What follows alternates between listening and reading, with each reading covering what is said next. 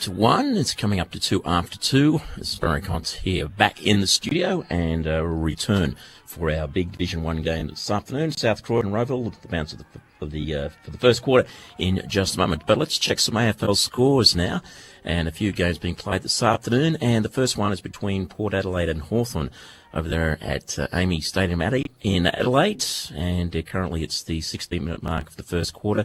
And it's Hawthorn 4 goals straight, 24, leading Port Adelaide 1-1 at 7.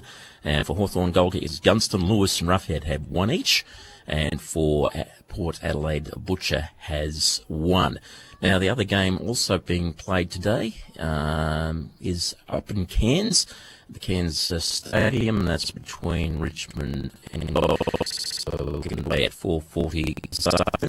And also, there's a game down in Geelong between Geelong and Melbourne, and that gets underway at 2:10. So plenty of football action to come this afternoon, and you will keep up to date with scores right here on Radio Eastern 98.1, and this is EFL Gameday. Desperately need budget-friendly windows?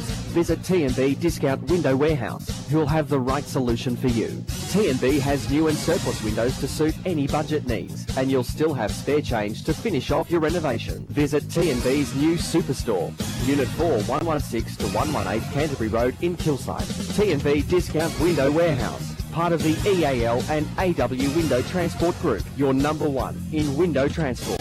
Call 1300 075 038. Program sponsor. EFL TV is back and better than ever. Head to efl.org.au every Thursday morning to check out the new episode of EFL TV. EFL TV features weekly interviews with players and special guests, and the EFL Media Team always discuss all the big issues in the Eastern Football League.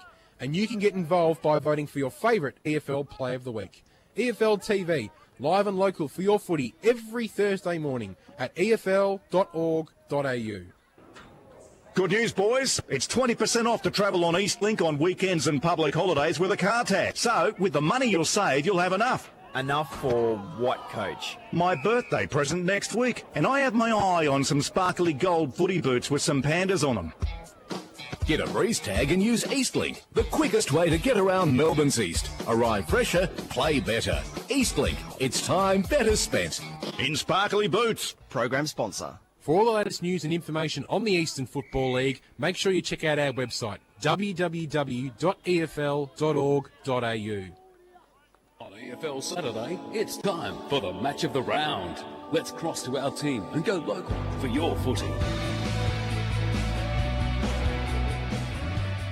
Oh, welcome out to Cheong Park for EFL's match of the round. It is South Croydon taking on Rowville at 6 versus 7, and you just don't know either one of these sides could quite find themselves in the top 5 this afternoon. It's the ground's in ripper condition. There's a good crowd out here. It's Division 1 football at its best. That's what we expect to see today. In the reserves game, it's Rowville on top of this one, 15-15, 105, leading South Croydon 13-5, 83. Can't think there's too much longer to go in this match. It's nearly 2:05, so expect this game to start a little bit late. And you just heard the voice of Riley Beveridge, who was on pre-match, mate. Welcome to EFL Game Day once again, and we're set for a ripper. Yeah, thanks, BWS. Should be a really good game today, I think. Second was going to be a ripper out of Baldwin, and it ended up going the other way. So it's let's hope it's a good game out here. There's like I've already said, there's a good crowd and plenty of time still to get down here to Cheong Park to watch Division 1 football. Ray, mate, who's going to win this game today? These two sides are pretty evenly matched. Maybe Rowville have the slight upper hand, how the season's already gone, and we've heard in pre-match that they do have a pretty decent run home, so they'll be out to get the 4 points today. If South Croydon can get the points today, all of a sudden it really evens things out nicely. Look, before I say anything, I'll just let you guys know all day today, I've taken my Rowville hat off today. I'm going to be neutral, but I am picking Rowville to win. I think that they will be too good in the midfield. I think that they're Alex Frawley and their big inclusion to Rowville. Josh Dyson has come in for today. He played. He was on Brisbane Lions rookie list. He played one game at Brisbane Bryant. But I don't know who South Croydon are going to how they're going to hold Cody Morris. I think Rowville will win. Josh Dyson, tell us a little bit about him and what number he'll be wearing today. He'll be wearing number 39. He played his junior football at St Simons. He got drafted by Brisbane Lions. He only played the one game up there. He is a left footer, and he's been playing down at the Frankston development squad, but they have a bye today, so he's back at Rowville. I heard the boys talk about, and the final siren's gone here in the reserves, and a good win by the Rowville development squad. 15-15, 105 defeated the Dogs 14-5, 89. I heard the boys talking in pre-match about possibly that South Croydon have somewhat come from nowhere. I tend to disagree a little bit about that, because they've been in Division 1 now for 3 years, and although they've avoided relegation in those first few years, and they actually have shown improvement as the years gone by, so I actually am not too surprised to see them at this stage of the season putting themselves into contention to actually make a top 5, and hats must go off to Damien Franken, who came on board halfway through the season last year, and he's really developed this team. Look, he's done a terrific job. But we look at their season. They won the first 3 games, I think it was, in the season. Then they had a long drought in the middle, but they're back now. They've won their last 3 since then. And let's remember that their main goal kicker, Michael King, he hasn't played all season. He's been a big omission for South Croydon this season. Ray, who do you like in the ruck battle today? Because I think it's going to be pretty crucial. Yes. Well, look, I think that Mitch Garner, he's been doing the job, and he's also backed up there by Nick Showermakers. But look, for the South Croydon side, we have Grattan Stevens. We've seen him before. I've seen him against East Ringwood, although South Croydon went down that day. But look, he's a great competitor, particularly at the centre bounces. He can definitely go forward as well, Ray. Yeah, well, this is going to be the quandary, whether they play him in the ruck, because Rowville do have that double spring attack for their ruckman with Garner and also Showmakers. Damo, you've dissected this game. Yeah, I have, and I think South Croydon will prevail. I think the home crowd will be a huge factor as well. I think they've improved in the physical stakes as well. We saw them, I think, a couple of months ago against East Ringwood in the match of the day on EFL Gameday, and they really struggled in that component of the game. I think they've improved, and that will come to the fore today as well. And I think they have a lot more to play for in the sense that they have a more difficult run home compared to Rowville, so a win is imperative to their season today. Let's cross down boundary side for the first time this afternoon. Our Akira Urgent Care Boundary Riders have got themselves into a nice little position, the father and son combination today of Arthur and Corey Hall. Good afternoon to you guys. Afternoon, Ben. Pleasure to be out here today. Pleasure to have you out here, Corey. Let's talk about who's going to win and what the conditions are like on the ground. Well, it's crucial that the Hawks get up here to get a run into the finals. Both teams are just out of the top 5, as you mentioned. You've got to look out for Cody Morris to kick a bag up forward. He'll be imperative in the win today, like he is most weeks.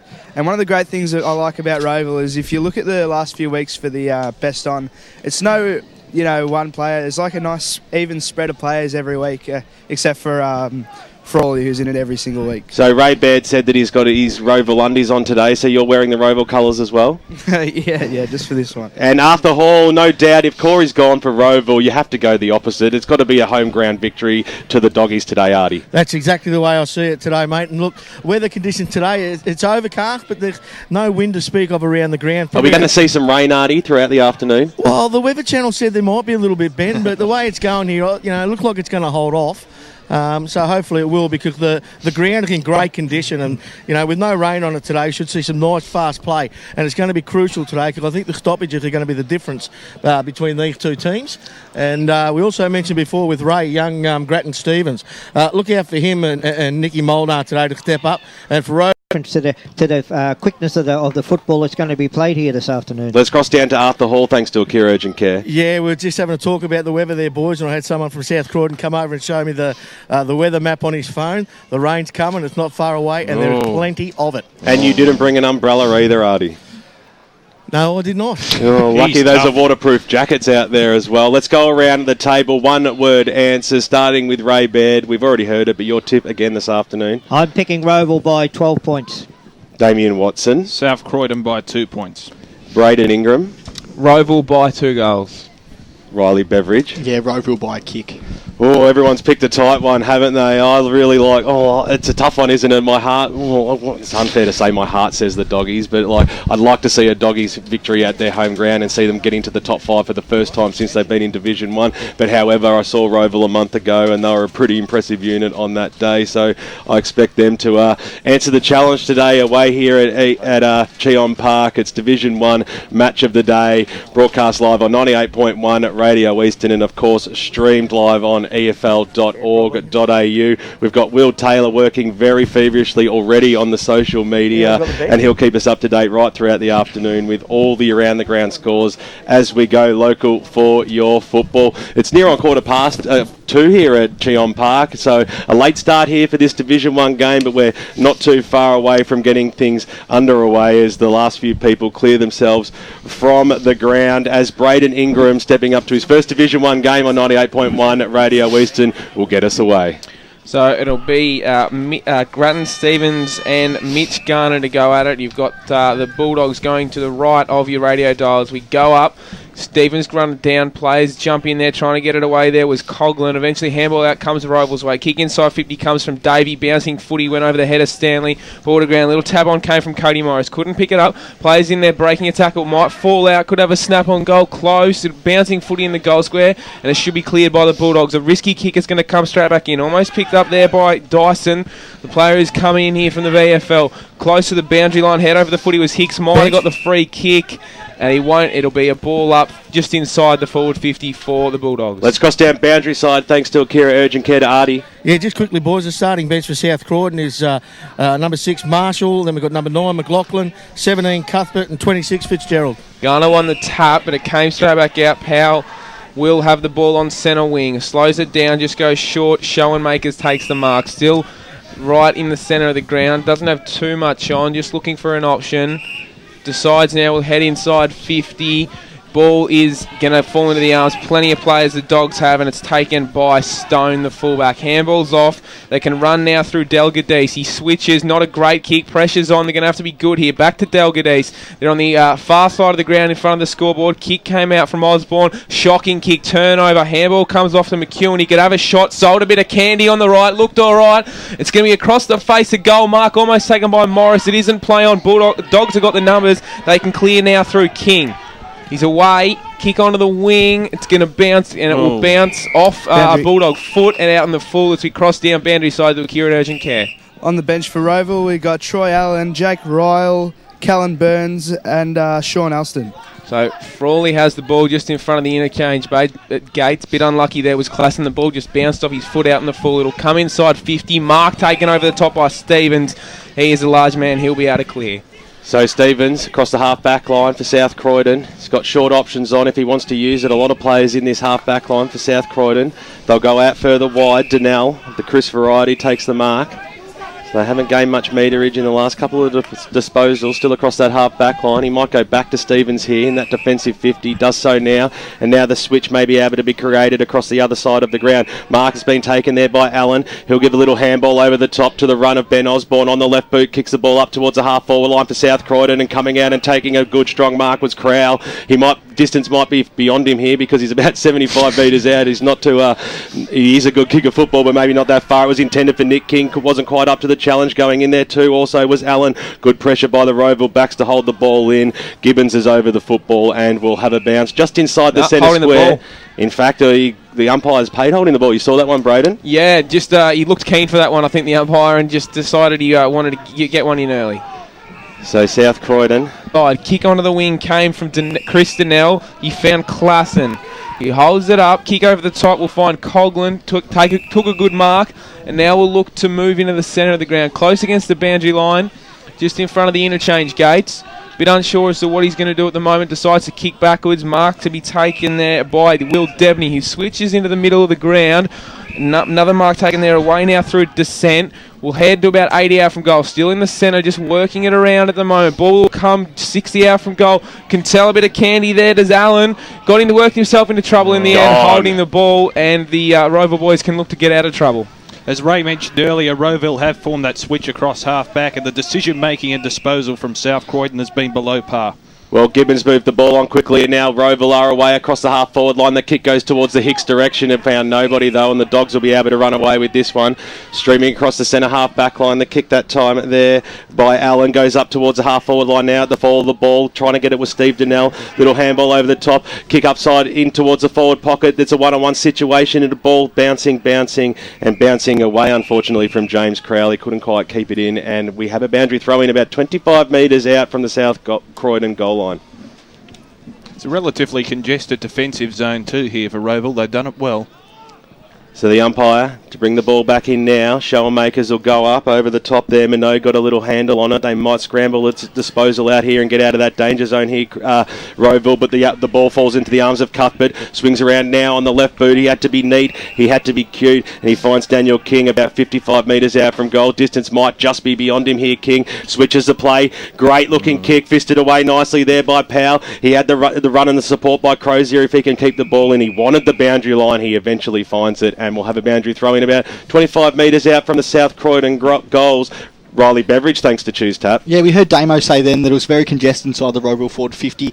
South Croydon have already turned the ball over 5 times going inside 50. Well, the umpire threw it in. Rowville got the clearance into the middle of the ground. Who's going to go up and get this one? And little shimmy handball. That was okay by Nick King. Looking for Stevens. He's going to pick up the ball now. The umpire might say advantage paid. He does so now. South Croydon up towards the half-forward line. It's a 3-on-1 situation. The Hawks have the advantage here at the fall of the ball. Can they get some support? Willoughby's there to lend some. Over the top, Jackson's all by himself on the wing position. The kick goes towards that direction now. He might leave it for Burns if it can just sit up for him. Charging through there was Steve Donnell. He created the contest. He created the spoil, and we'll have a boundary throw in about 70 metres out from goal. Look, just looking at the two sides, I just get the impression that South Croydon, they got the better of Rowville at the moment. It's only that wall that Rowville's got across the back line that's saving it, but they're under immense pressure down there. Stevens on the tap to ground, trying to pick it up there was Morris. Ball's going to come now forward for Rowville. Players in there trying to get there was McEwen. Couldn't. Slung tackle. They can get away now.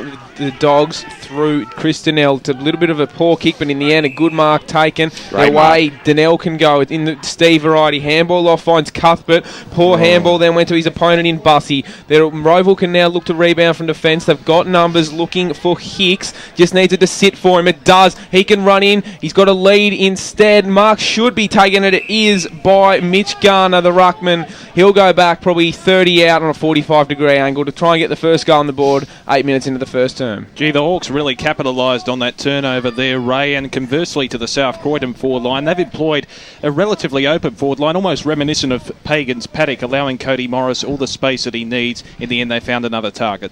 So, Mitch Garner, a tall man, not been good in the ruck so far. It's not a good kick, though. It'll sit in the top of the square, flying up, trying to take the mark as McEwen in the square. Players dive in, laying a tackle there was Fitzgerald. Ball still just crawling in there. McEwen trying to pick it up as Fitzgerald lays another tackle, and we will have a ball up in the goal square, directly in front of the South Croydon goal. He'll be disappointed with that, Ray, won't he? Because he had the opportunity to run on with that, Mitch Garner, and put the goal through. Yeah, look, he should have done better with the opportunity. Ball up, still in the goal square. Players diving in. They're desperate for a goal here. Rowville kick out was good. It's still only 5 out from their own goal line. Came off to Molnar eventually.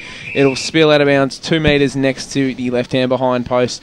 Bit of pressure here from both sides, both working hard, intense start to the game. We talk about that wall Rowville's got down the back line. Just have a look to the middle of the ground, boys. There's just a brown and gold everywhere. Ball came out the back to Alston, had a shot. In fact, it was Alex Frawley. He's kicked a great goal. It was touched off the boot. Oh, very nice. It was a good effort because the tap over the back. I've got to be excited there, BWS. One behind, deserved a goal. And both sides now, one behind each, who played 9 minutes in the first term. So it'll be Osborne to bring the ball back in. Riley Beveridge, thanks to Choose Tap. Yeah, as we said before, Rowville 5 clearances to 1 in favour of South Croydon, but still 6 turnovers from... Well, almost 7 there, but yeah, 6 turnovers for South Croydon. Well, the short pass was on to Marshall. He marked it just on the line. He goes short to Steve Donnell. He's had a few touches early. He might go backwards here to Marshall. Umpire calling him to play on now. Wants to switch the play. You could see it happening a mile away. He'll kick it out towards the Osborne direction. Takes the mark. So still in the defensive zone for South Croydon. The short pass is on. Oh, it was intended there for Nick King. Dropped what he probably should have taken. He's quickly met upon by Nathan Hicks, who traps the ball in, and we'll have a bounce about 40 metres out from the Rowville goals. Look, one of the problems South Croydon's got, they don't want to kick the ball down the line because if you look at all the size of the Rowville players, they're certainly a taller side down there. The umpire throws it up. Over the top there, Frawley ended up getting a fist on it, top of the goal square, snap around the body. That's a handy little kick by Matt Stanley, but it hit the post, hit the pine, and another minor score on the board on the Bendigo Bank scoreboard. We've crossed the 10-minute mark of the first term on EFL's Match of the Day, and Rowville have hit the lead 2 behind, South Croydon 1 behind. Osborne quarterback in, out of side, mark taken, still in the defensive 50, just holding it up at the moment because having a bit of trouble getting out, as we just saw that the Dogs turned it over. Unlucky probably not to score in the goal in the end. Rowville short kick finds Cuthbert, still in his defensive 50. Might look to Osborne, back pretty much in the goal square. Wasted a minute, got nowhere. Eventually they were to work. They got outside the 50 mark, taken by Del Gadish. He now has a bounce onto the wing. It's going to head close to the boundary line. Might need to work it over. Bit of hand holding there. Might have been a free kick. Umpire said play on. Chris Stanaway tried to pick it up instead. He was the one who saw it over the line along with Callan Burns just past the interchange gates. Ray mentioned the tall players there for Rowville. They are close in the clinches. Loose ball now. Kick comes out of the pack. It's going to bounce. Hicks was there. He missed it. 2-on-1 for South Croydon. Just got a Shepherd. Marshall managed to get a hand on it. But Rowville, that's got to be dropping the ball. No, umpire play on. Never got a chance to dispose of it. Handball came out from Steve Giorgio. Players just diving in there, holding the ball. Advantage. Yeah, umpire's not mucking around today. Bounce taken there by Strawn. He'll head to have a shot on goal. It looks all right. It is all right. It's the first goal of the afternoon. Glenn Strawn, a bit of running footy there. He's got South Croydon on the board. They have moved to 1-1-7, I think it is, to the Rowville side, 2 behinds. We've played 12 minutes in the first term. Look, I think the intensity of both sides on the ball carrier has been fantastic, Damo. Yeah, that certainly is the case, and that's what the Bulldogs really did require. That run and carry sort of play. That was brilliant by Glenn Strawn, just taking the game on, and an effective, accurate finish from outside the 50. Let's cross down boundary side, thanks to Akira Urgent Care to Artie Hall. Yeah, touching on what Ray said before about Rowville being the taller team, I think Damien's very aware of that because he's rotating his smaller players like heck down here. There's been about 15 interchanges, I reckon. Garner went up against McLaughlin. We'll give that one to Garner. The ball comes out towards Chris Stanaway. He had to go backwards to go forwards. Went to Marshall. Put his team under a lot of pressure just inside that centre square in Chris Stanaway. And we'll have a bounce almost on the half-forward line for the Rowville Football Club. We've gone 13 and a half minutes here in the first term. It's a 5-point lead to the home side. Hope you're enjoying the broadcast on EFL Gameday. The knock comes out towards the Dunell direction. Met heavily there was Troy Allen for Rowville, and he'll receive a free kick about 75 metres out from goal. So plays screaming forward across the middle of the ground. Now directs his attention looking forward. Morris presents the lead inside forward 50. The kick was intended for the Matt Davey direction, but it was chopped off nicely by Molnar. He went on with it when he probably should have gone back over the mark, put himself under pressure. A few little disposal errors here. Seems Bussy goes inside forward 50 to the Morris direction, who gets down low and takes it on the bite. There was Alston, in fact, who kicked it to Cody, and he'll have a shot from about 50 metres out from goal. He doesn't look too confident on his approach here. He'll go back. He comes in now. He thumps the ball to the top of the goal square. It's a good old roost too. The back of the pack there. It was almost pulled down. I think that was Stanley who tried to rip that, and it's gone through for 1 behind. So, in fact, he went out of bounds in the forward pocket. So it's bounced into the behind post. So we have a boundary throw in. Umpire brings it out now. Daniel King went straight through his arms. It's going to be picked up there by Chris Stanaway. Got nearly one in the back from Alston. The umpire will come in and bounce it about 45 metres out from the Rowville goal line. So 15 minutes gone. We're halfway through the first term. Taking his time to restart this one. Fly over the back, comes down into the Klassen hands, and he's quickly wrapped up. In fact, it was Anthony Descent, and we'll have another bounce. They've inched probably a metre closer, 40 metres out from goal. Rucks go at it. McLaughlin got the knockdown. It comes straight down into the arms there of Cuthbert, who got a flying handball away. Shot on goal by Rowville to the top of the goal square. This might bounce favourably by Robbie McEwen, but it bounces to the left-hand side, and another minor score is the result. And Rowville, will they get to within 4 points now? At 15 and a half minute mark of the first term, they are 3 behinds, trailing South Croydon 1-1-7. Riley Beveridge, thanks to Choose Tap. Yeah, Rowville winning it out of the centre every time. They've got 8 clearances to 2 at the moment. So Osborne back in, took his time, poor drop there, came from the goal kicker in Strawn, eventually got a handball away, found Cuthbert. He puts Strawn back under pressure, needs to get it away, does just in time. And mark has been taken by Crow. Thank you there, Artie. And, well, that's silly there, Damo.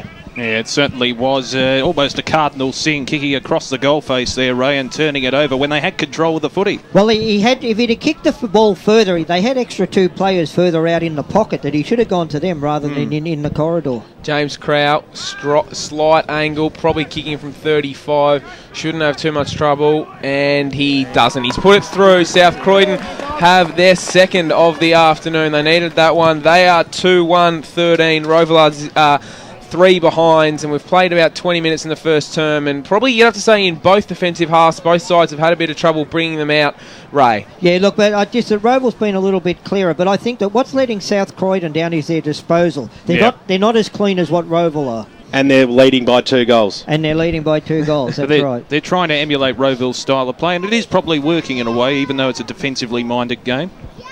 So we're almost into time on here in the first term. Umpire to restart this game out at Cheong Park. Big crowd building to watch Division 1 football at its best. The knockdown came that time by McLaughlin, who's going to get the clearance. The foot races out there. Frawley will be out there. He's got to also try and beat Strawn. A little kick off the ground. A little shimmy, in fact, by Josh Dyson. And it goes over the boundary line and out of bounds on the full. So the Dogs will get a chance to bring the ball back into the middle of the ground. It's a neat looking kick too. And the mark's been taken by Daniel Coughlin. He'll take his time here. Want to wind around on that lovely left foot kick of his. Kicks it up towards the Stevens direction. He didn't have enough purchase on it, and a good mark at the back of the pack has been taken by Dyson, who switches the play now. Rowville will use the grandstand side of Cheong Park to create their attack. Good lead there by Davey. Created a bit of space to take it on his chest. We're about true centre wing position now, right in front of the member stand here. So Davey, short options on into the middle of the ground. He had numbers there. That's okay. Picked up by Dyson inside forward 50. The kick goes towards the Morris direction. He worked his way to the front, and on the second bite just took it textbook-like, as a good full forward should. And from 40 metres out from goal, he'll look to kick Rowville's first of the afternoon, Ray. Yeah, it was actually Gavin Willoughby that put the ball there to Cody Morris. But that was a better setup by Rowville. They kept their forward line open and let Cody have the corridor to lead into. So Morris, important kick for Rowville. They've had opportunities to put the score on the board. This is probably their most important one of the afternoon so far. He puts it straight over the goal umpire's head, as you would expect. Cody Morris has his first, as does the Rowville Football Club. And on the Bendigo Bank scoreboard, they still trail, though. South Croydon are 2-1-13 and 1-3-9 are the Hawks. Yeah, look, that goal was set up. It's typical of the way Rowville play. They ran the ball out of the back line. Great play by Jake Roll down there, and they hit their targets for once. And as I said, their forward line was open, and Cody Morris did the job. Holding his horses on the boundary line thanks to Akira Urgent Care is Corey Hall. Yeah, thanks, Ben. And what Rowville need here is a quick goal just to bring the lead back. Stevens and Garner went up. It was an even tap. Dogs race to the ball, but Gibbons should be able to pick it up. He dived in there, as did Coughlin. Ball's going to spill out into the hands of Ryle. He can head to the wing. Not a good hand pass. Just need to release the pressure. Powell's got it. Handball back to Ryle on the wing. Missed his target. They're missing targets here. Rowville. It's hurting them at the moment. Plenty of players diving in. It was Ryle again, always cleaning up his own play. It's about 7 Dogs to 3. Eventually, right on the centre wing position, we'll have a ball up. It seems as if both sides are trying to emulate a free-flowing encounter, but the skill errors are just hampering that at the moment. Rowville won it, but again, didn't really go far out of the contest. Wrapped up in a tackle, looked to be Ryle, I think. No, in fact, it was Megara, and we'll have another ball up. Just need to get it out of this stoppage. Dogs got a couple of loose players sitting back. Stevens won the tap, but it came down into the path of Crozier, and the high tackle will go the way of Rowville, and we'll have a 25 as well, maybe for abuse. So a bit silly. Could probably put them in one kick within range now. Have the ball probably 70 out. It's actually Shawnee Alston there with the ball, boys. Thanks, Ray. So Alston, he's got it. Looks a bit uncertain. Couple of shimmy steps as he looks for a target. Instead, he'll go short. Good shoot. 70 out and a good kick finds Stanley. Player probably encroached, but umpire says, no, you're right there, Nicky King. So Stanley's got it. Will go long to the goal square. Morris is 2 out. Over the top was Stevens. Did well. In fact, it was McEwen in the goal square. Stevens came over the top and rushed through the behind. South Croydon have been very good now in recent minutes, trying to add numbers to the contest and block Cody Morris's run as well. Short passes on. Anthony Descent has it in the back pocket. They'll keep the ball moving quickly here. The Dogs, handball over the top in a stream of handballs. Molnar, who's had a bit of it early in this first term, kicks it up to the wing position, and a strong mark has been taken by the Dogs on true centre wing position there by Blair Allen. Took his time getting up too, but he managed to find a teammate further afield. Coming out and taking a strong mark was Justin Minogue. So about 80 metres out from goals here. He'll look for the lead inside forward 50. It goes in towards that direction now as a 2-on-1 situation. It was intended that time down there for Donnell. Couldn't quite take it. The ball scrambled out towards the Ben Osborne direction. He stuck his ground and took a good mark. He'll want to keep the ball moving on quickly. Gets a little handball over there to Strawn. Kicks it inside forward 50. He'll got the handball away in a stream of handballs now. Gets it back on the left boot. Thumps it off the ball. Probably might have got a free kick. The crowd wanted one. Should have got one in the end. Pushed an opponent away. Snaps. It won't work. Him no 15 over the top. Close to the goal scorer. Should be able to kick a goal. Does to Stanley. Did well. And it was really on the back of Cody Morris. He got held. He copped it. Probably should have got a free kick. It didn't win. He kept going. Eventually got the kick away. Stanley kicked the goal. I'll go further back from that. Across the half-forward line, the effort by Alex Frawley across that 50-metre line created the play for them to go forward, Ray. Yeah, look, I spoke to Alex Frawley's father before the game, and I said to him, what I like about Alex Frawley, he keeps his feet in a contest, and that's exactly what happened. He was tackled by two players, he kept his feet, but also the work effort. We know Cody Morris is a great goal kicker, but he brings other players into the game around him. That's right, he had 3 defenders to contend with then, and he did it brilliantly. Great persistence there by the key forward. So, worked their way back into it. It's a 3-point margin to South Croydon, close to quarter time. Even tap, Stevens got a hand on it, as did Dyson. It was Garner, in fact. Still pump forward, still in the centre square. The Bulldogs have got it. Handball comes off to Strawn. He's had a ton of it on the left. Goes short. Got a lead. Almost mark taken. I think it might have been Kraut. Spilled through his hands. Now, Rowville just need to be clean here. Came out the back to Allen on the far side of the ground. Goes short. Mark. He's well taken by Bussey. Holds up. He's got a lead there from Jackson. Instead doesn't honour it. Will switch. This is a risky kick. Need to take the mark. Missed Alston. He got that on the bounce. Handball. It doesn't matter because that is quarter time. What a sensational quarter of Division 1 footy we've seen. It's Rowville 2-4-16 leading South Croydon 3-1-19 at quarter time here on EFL Game Day. Hope you've enjoyed the first quarter. We'll be back in just a minute with the second quarter and a wrap of the first. It can be difficult booking an appointment with your GP when you need medical care urgently. But at Akira Urgent Care, Australia's first walk-in medical and emergency clinic, you don't need an appointment and you don't have to wait.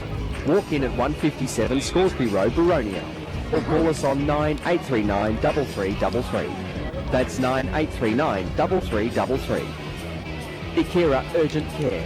We'll have you off the sidelines in no time. Station sponsor. For all things EFL, The Huddle.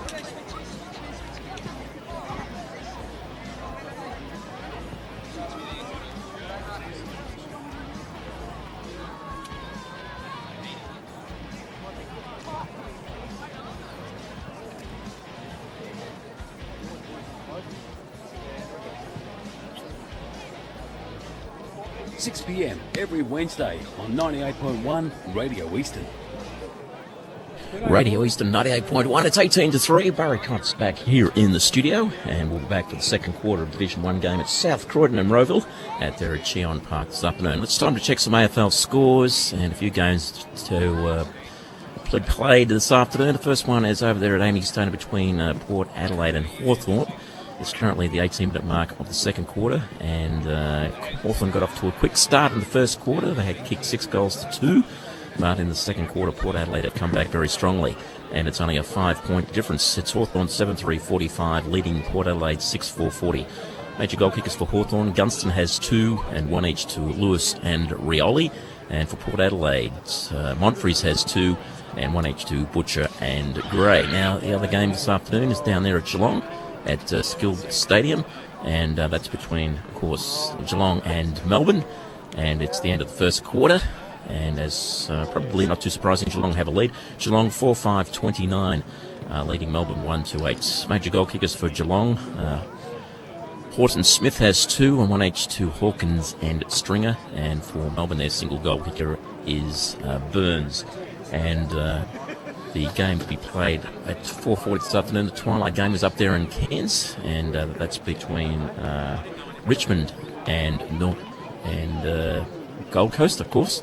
And the game gets underway at 20-5 this afternoon, and we'll give you a score update right here at Radio Eastern 98.1. Desperately need budget-friendly windows? Visit T&B Discount Window Warehouse, who'll have the right solution for you. T&B has new and surplus windows to suit any budget needs, and you'll still have spare change to finish off your renovation. Visit T&B's new Superstore, Unit 4, 116 to 118 Canterbury Road in Kilsyth. T&B Discount Window Warehouse, part of the EAL and AW Window Transport Group, your number one in window transport. Call 1300 075 038. Program sponsor. Good news, boys. It's 20% off to travel on Eastlink on weekends and public holidays with a car tax. So, with the money you'll save, you'll have enough. Enough for what, Coach? My birthday present next week, and I have my eye on some sparkly gold footy boots with some pandas on them. Get a race tag and use Eastlink, the quickest way to get around Melbourne's East. Arrive fresher, play better. Eastlink, it's time better spent. In sparkly boots. Program sponsor. For the best EFL rap on radio, don't miss Akira EFL Sunday from 10 till 12 every Sunday morning on 98.1 Radio Eastern. Dean Warren Smith and the team bring you all the final scores, goal kickers, best players and ladders following a big round of EFL footy. The gang also talk to winning coaches, players and special guests to bring you the final scores from all seniors, reserves and under-19s matches. Akira EFL Sunday, going live and local for your footy from 10 every Sunday on 98.1 Radio Eastern.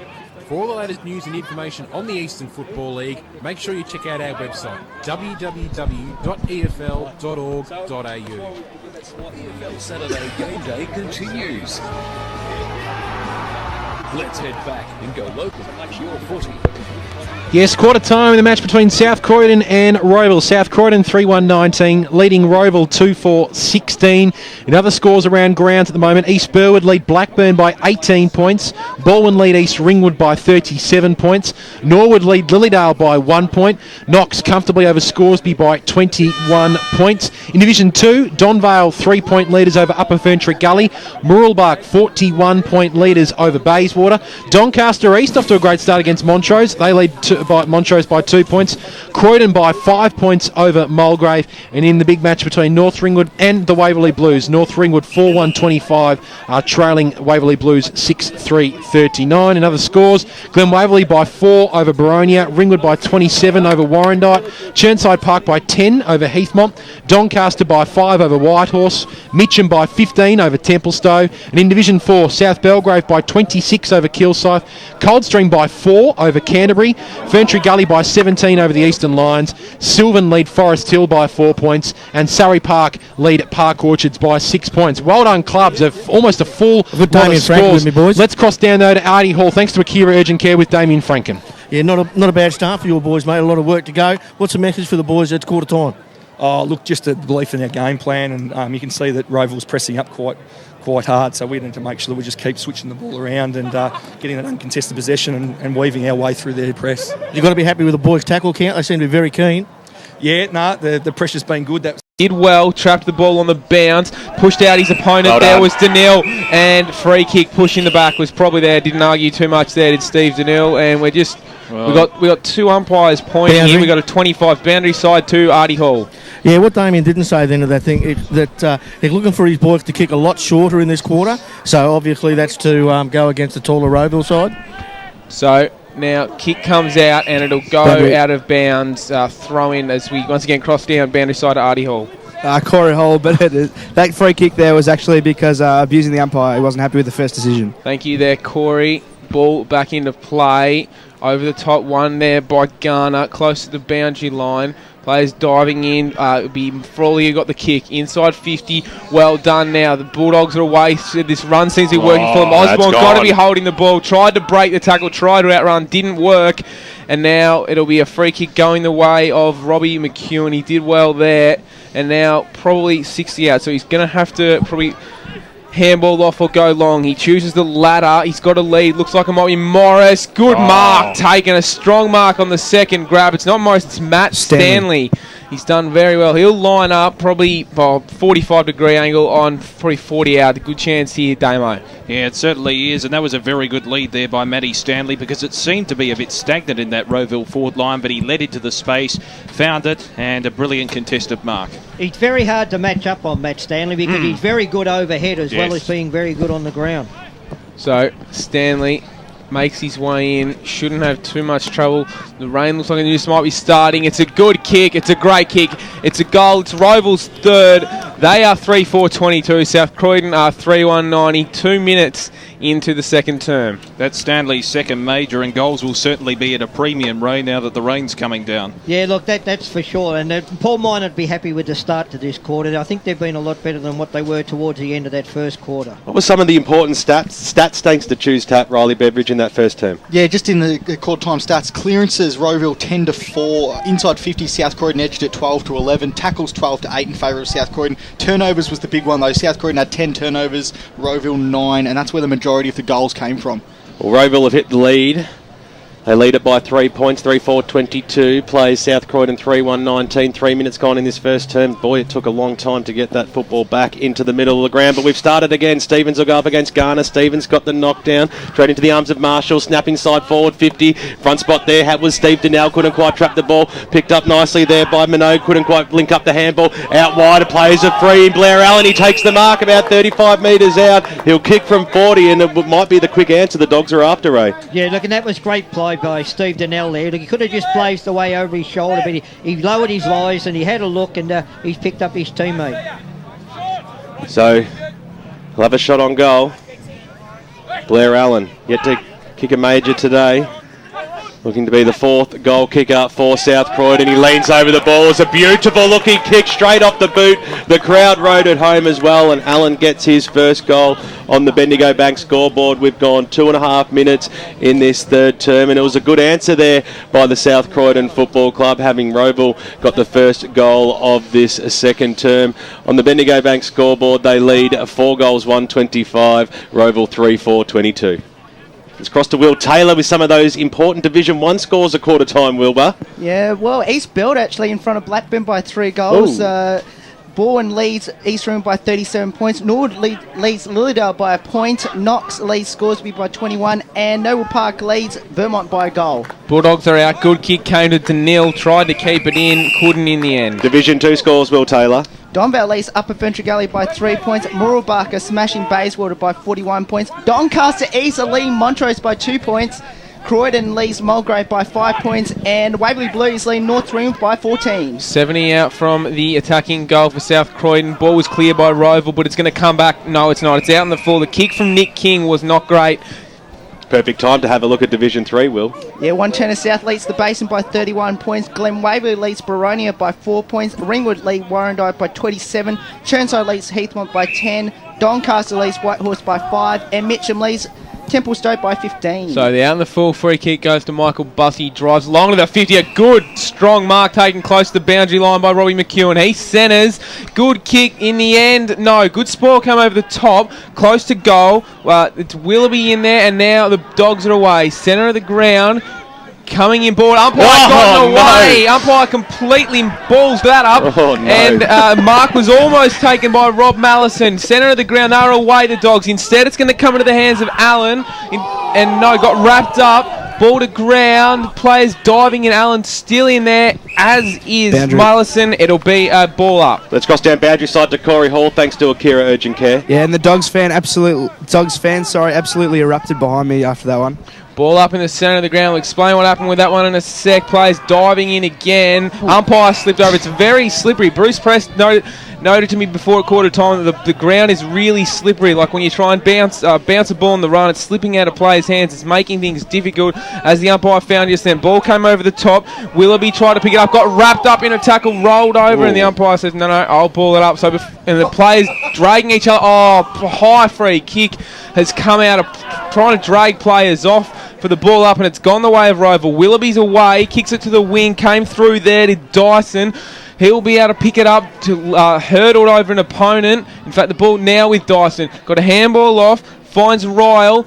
Short, scrappy kick into the centre of the ground. Bit of scrap play, not working for either side. Molnar managed to pick it up for South Croydon. Ball went back into the Rowville hands. There's a bit of to and fro at the moment. Ball into the centre, finds Jackson. He plays on. Could have taken a bounce. Instead, he's got a man in. Stanley, over his head, dropped it. Still got time. On his right, snaps! Kicks a goal. Sensational. Good kick to Stanley. He managed to gather a bit of composure on his right, kick the goal. Rowville doing very nicely. They have kicked their 4th of the afternoon. Just waiting for the Bendigo Bank scoreboard to update. They're going along very nicely though, as I think South Croydon are still, they are 4-1-25.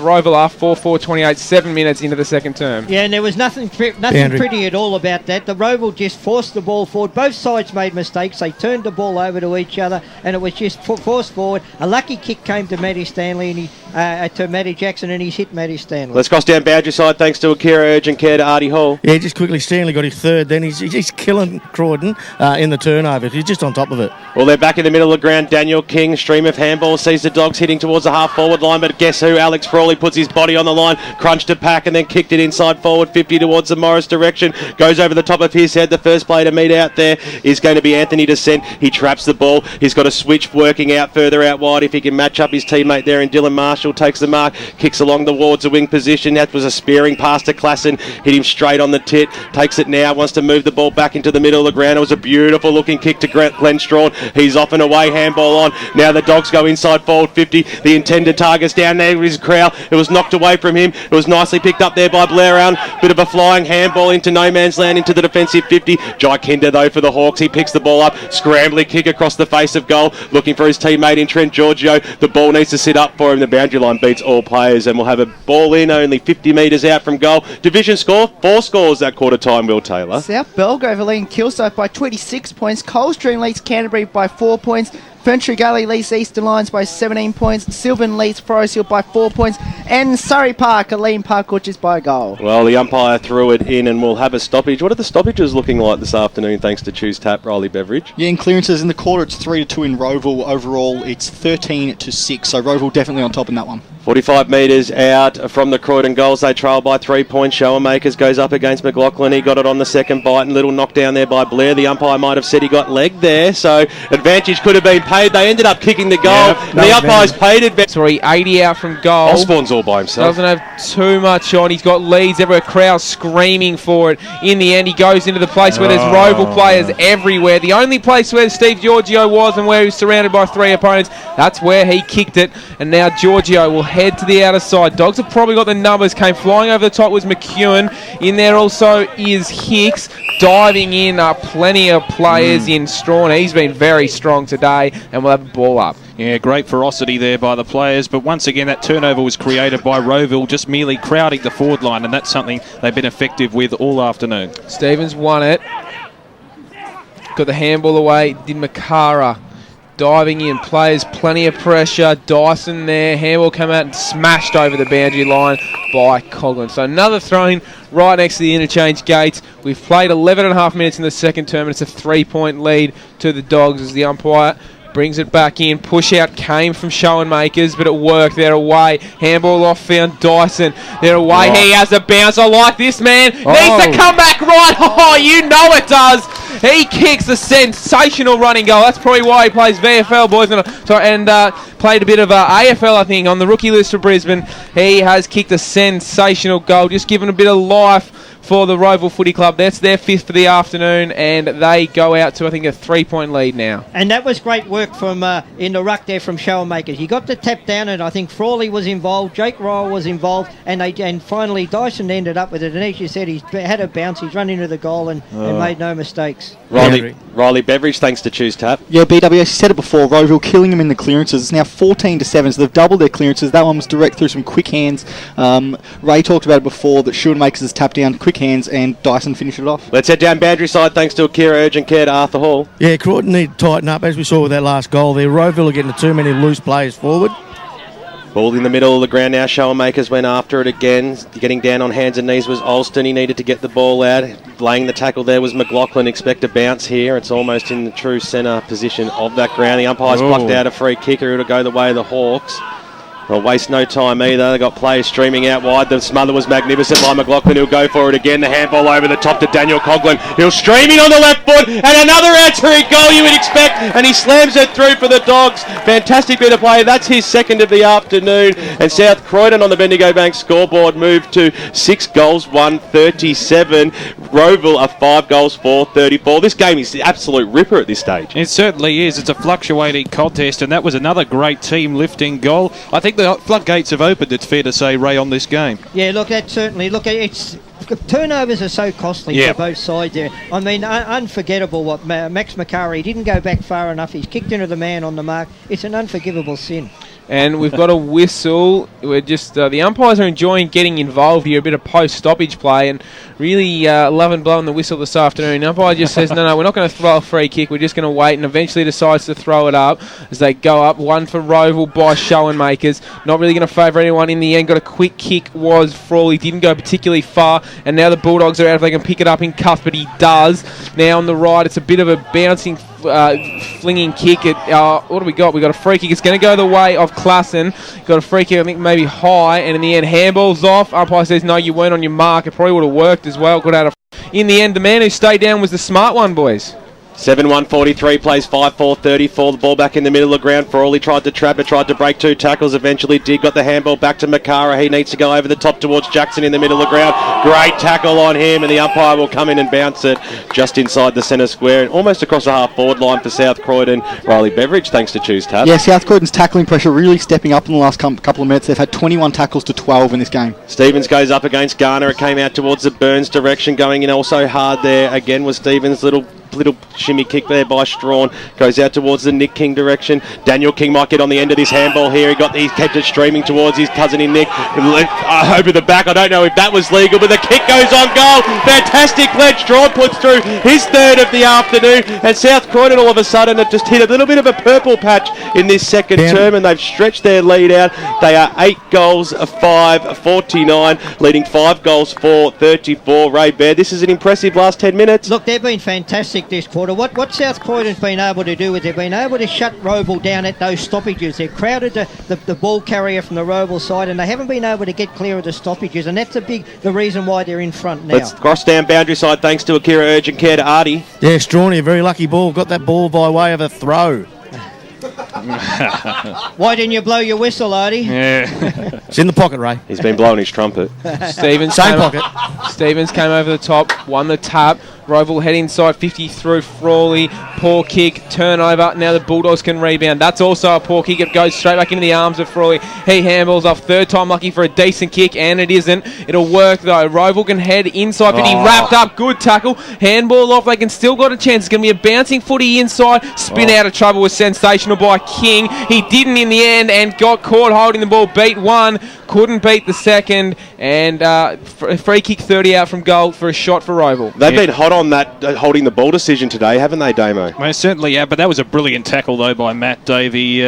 King got a bit excited, waltzed around a couple of players, probably didn't realise the pressure he was under, and a brilliant tackle by Matt Davey inside the Rowville forward 50. The pressure in the back line today from both sides has been pretty good.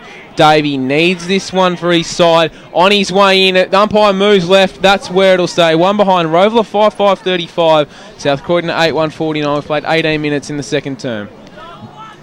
Gee, Rowville needed a goal there. It's crossed down boundary side thanks to Akira Urgent Care to Corey Hall. This zone defence will make kicking out difficult. So Nick King will be the one to bring it in. Special comments aplenty from the boundary riders this afternoon. That's what we like. Getting involved. So King almost hit time on. 18 and a half minutes gone in this second term. It's a handy 14-point lead to the Dogs as the short pass is on. That's okay. Daniel King makes space across the half-back line if that's the direction they would like to go. Cuthbert's also across centre half-back, but the long kick, the long option is on.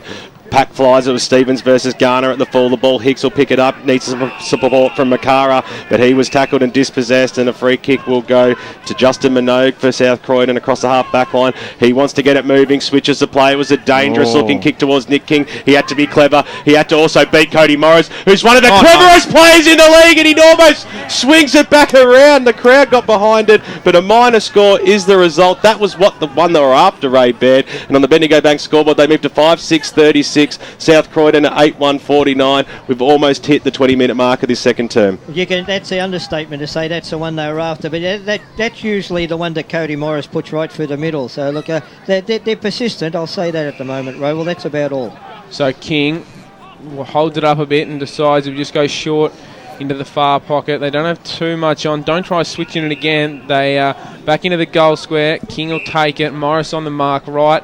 under pressure. He kicks in the centre of the ground, almost a bit high, but the mark's taken there by Cuthbert. Holds it up. He's got a target in Molnar. He takes it. No, in fact, it's King who takes it in the end. Still inside defensive 50. He'll head to the outer side. It's a short kick, and they can run if they want here, the Dogs, but they look a bit unsure of themselves. Short kick from Osborne. Mark taken again by Stevens. Kick over the top. He's taken, and they can head to the centre of the ground. Came off to Strawn. They're back in the defensive 50, just chipping it around. Happy to hold on to it. As long as they don't mess it up, that's fine. Mark taken by the fullback in Angus Stone. He switches again, still inside defensive 50. Been moving it around here until they find the appropriate target. Finally, they go long to the wing. Mark is well taken by Coughlin. Handball's off. It'll come back to Coughlin. He puts himself under pressure. Good handball. Good bit of run. Well played. Can head inside 50. Got a target. Through the hands. Should have taken the mark. Justin Minogue.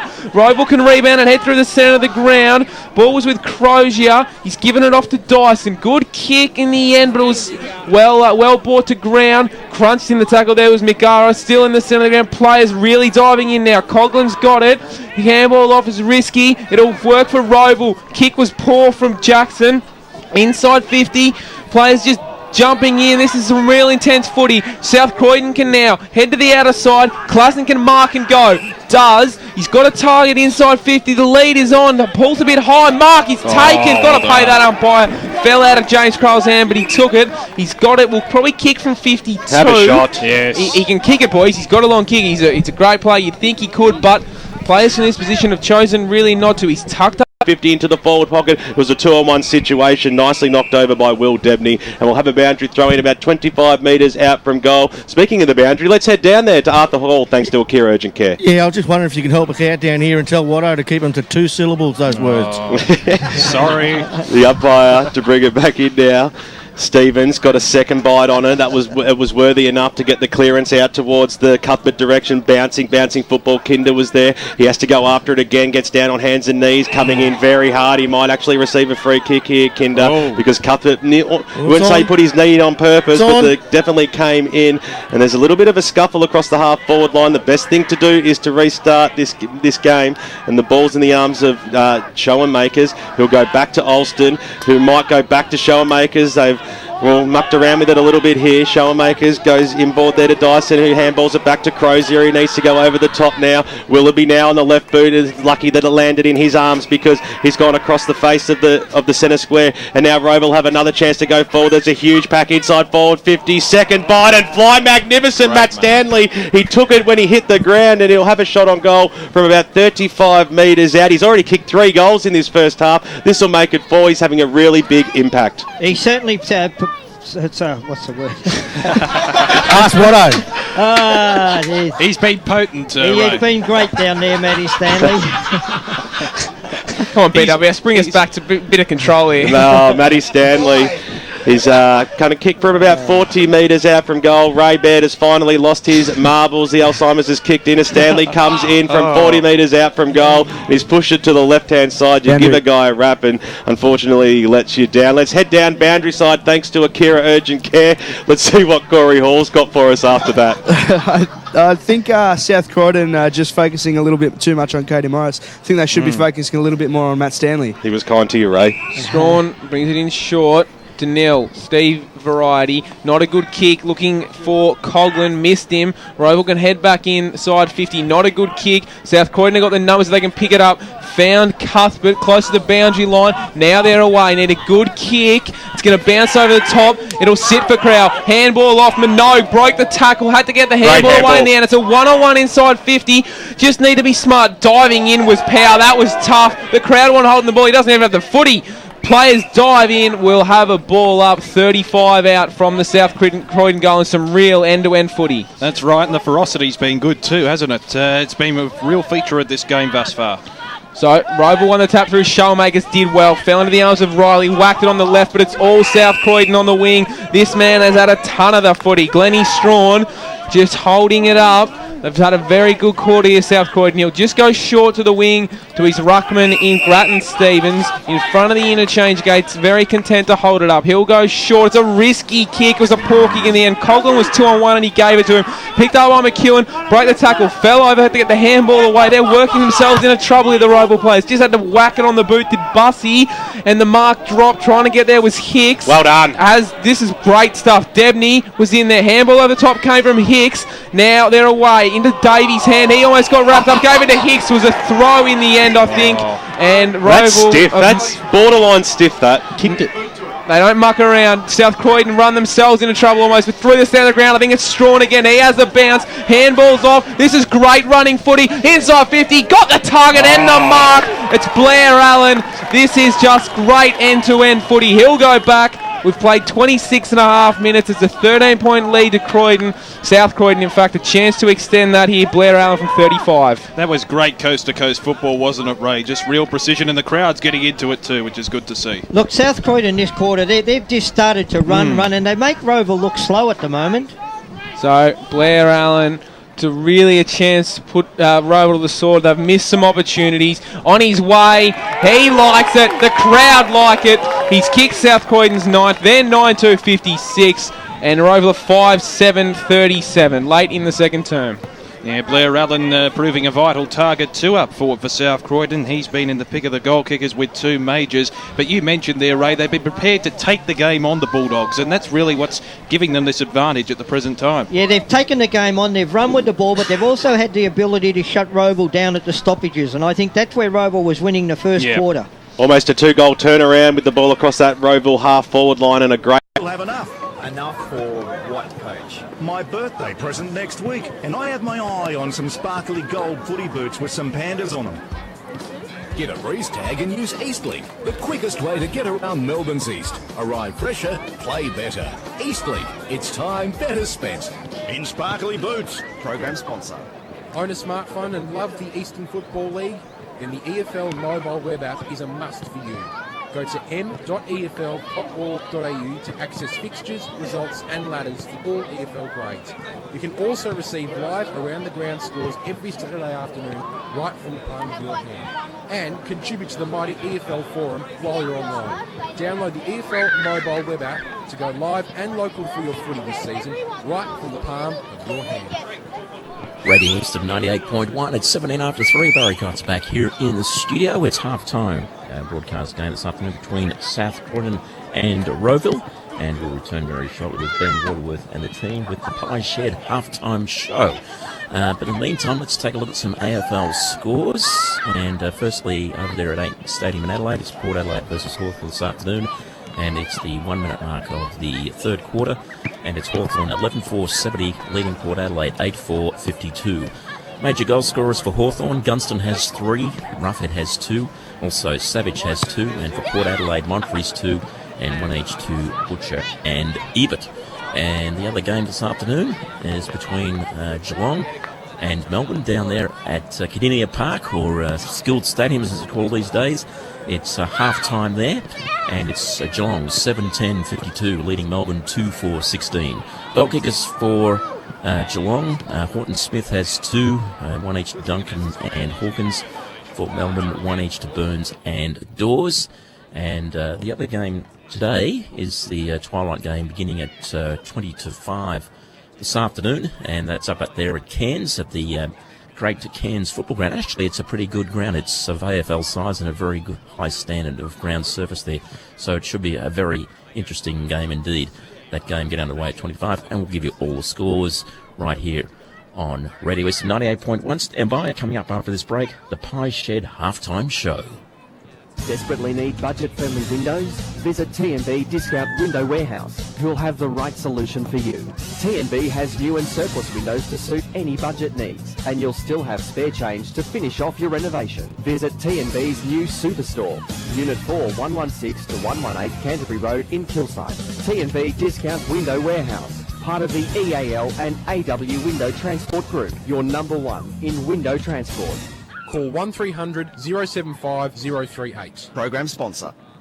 For all things EFL, The Huddle. Good evening, Eastern Football League lovers. One of the punishments is you've got to get a spray tan the Friday night before a game. Oh, nice. Wash all the jumpers. And, of course, he is Glenn Archer, and welcome to the program tonight. G'day, Glenn. G'day, guys. How you going? If it was up to Dino, he's winning the league BNF, our BNF. How much longer we've got to see Stewie Wine going around in the Eastern Football League? Probably about 1/4. 6 p.m. every Wednesday on 98.1 Radio Eastern. EFL TV is back and better than ever. Head to efl.org.au every Thursday morning to check out the new episode of EFL TV. EFL TV features... Let's cross to you now, Wilbur. We'll get some Division 1 scores and then we'll go to Clint Stanaway. Sorry, I'll turn you on. How about that? Thank you. South Croydon 9-2-56 leading Rowville 5-7-37 in the radio game. East Belwood 7-3-45 leading Blackburn 4-2-26.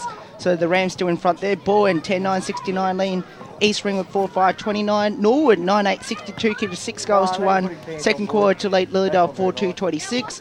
And Knox 11-7-73 leading scores to be 8-4-52. Great work from you. Will Taylor. We'll hear some of those other scores from around EFL grounds very, very shortly. Just repeating the score here in the radio game. It's South Croydon leading by 17 points. But as we do at this time of the week, every time we like to cross over to the 9 News studios to find out what's happening around the world. And let's go to our man on the scene. Clint Stanaway joins us from the Dockland studios. Good afternoon, Clint. Afternoon to you, Benny. Clint, tell us about how your D's are going against the Cats at the moment. The D's down in Geelong, a real slog. The heavens have opened down there. Unfortunately for the Demons, though, it's real desperate times. There's no doubt they're playing much better footy, aren't they, under Neil Craig? But they trail the Cats by 36 points at half-time. Stevie J is running hot in that match. Over in Adelaide, no Buddy Franklin, as we expected. Early doors was all the Hawks. They opened up a bit of a lead at quarter time. The Power rallied, but the Hawks are back on top there. 24 points, the margin in favour of Al Clarkson's men. Now, in other news this afternoon, plenty happening too. A major rescue operation is underway off Christmas Island after an asylum seeker boat carrying 97 people began sinking. We'll have the latest on that. Also, a much-loved Hastings jeweller stabbed to death. His wife injured in a brutal armed robbery. We're live at Etihad Stadium where Stephen Milne makes his controversial return to the Saints. A Melbourne medical student, she's been crowned Miss Universe Australia. Ooh. More than 10,000 people, can you believe? They queued, well, some through the night for a look inside the block. We will meet, this is a great story, Joseph Haitley, the ballet dancing jockey, out to win tomorrow's Grand National. Ooh. Also, Ben, the latest from the Ashes, and yes, the question stirring debate everywhere, including in this very newsroom today, should Stuart Broad have walked? What do you think? Well, I've always thought, Clint, that no matter what, it's a tradition of cricket that you're only out if the umpire gives you out and raises his one index finger. So in my opinion, look, sportsmanship might have prevailed. We all know about Adam Gilchrist a couple of years ago, but you would think that he's only out if the umpire gives him out. Well, Ben, Alicia Loxley is furious. At Division 2, Donvale 8-6-54 leading Upper Ferntree Gully 6-6-42, Muralbark 11-6-72 leading Bayswater 2-6-18, Montrose 10-14-74 leading Doncaster 6-4-40.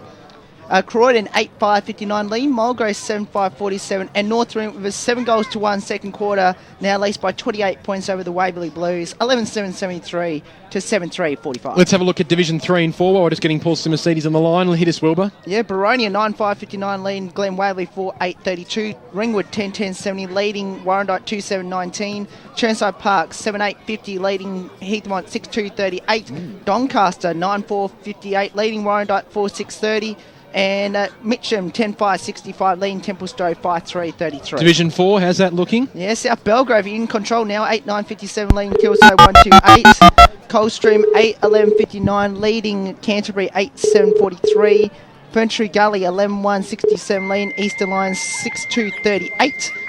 Sylvan 8-2-50 leading Forest Hill 6-10-46 and Surrey Park 10-3-63 leading Park Orchards 8-6-54. Great work from you, Will Taylor, as always working feverishly around the grounds. Let's go now to Paul. We won't go to Paul Simmercedes, who's out at Vermont Noble Park. We'll just re-establish connection, but we're still streaming live on efl.org.au. We'll have a look at some of those Division 1 scores, and in Division 1 at the moment, we'll go back into Division 3. Glen Waverley 4-8-32. They lead Baronia 9-5-59. Vermont kicked the next 4. So I'm not sure what happened. Maybe they just flicked the switch and the pressure was there, which wasn't there in the first quarter. And pressure footy often wins you big games, especially in Division 1. Well, great work, Seymour. Looking forward to hearing your voice on the BGC Bayswater Post Match show after 5 p.m. tonight. Enjoy the second half of Vermont and Noble. Good on you, Benny. Good on you. Paul Simmersees joining us on the line. Thanks to him at Vermont Recreation Reserve. We'll take a break and we'll come back afterwards with all the scores once again in the second half action between South Croydon and Rowville. This has been the Pie Shed halftime show. All thanks to Mark Phelan and the team at the Pie Shed. Make sure you visit the team, 295 Canterbury Road in Bayswater. Thanks, Will, and we look forward to hearing from you throughout the day. We'll come back after the break with second half action right here on EFL Game Day. Good news, boys. It's 20% off to travel on Eastlink on weekends and public holidays with a car tax. So, with the money you'll save, you'll have enough. Enough for what, Coach? My birthday present next week, and I have my eye on some sparkly gold footy boots with some pandas on them. Get a race tag and use Eastlink, the quickest way to get around Melbourne's East. Arrive fresher, play better. Eastlink, it's time better spent. In sparkly boots. Program sponsor. Own a smartphone and love the Eastern Football League? Then the EFL mobile web app is a must for you.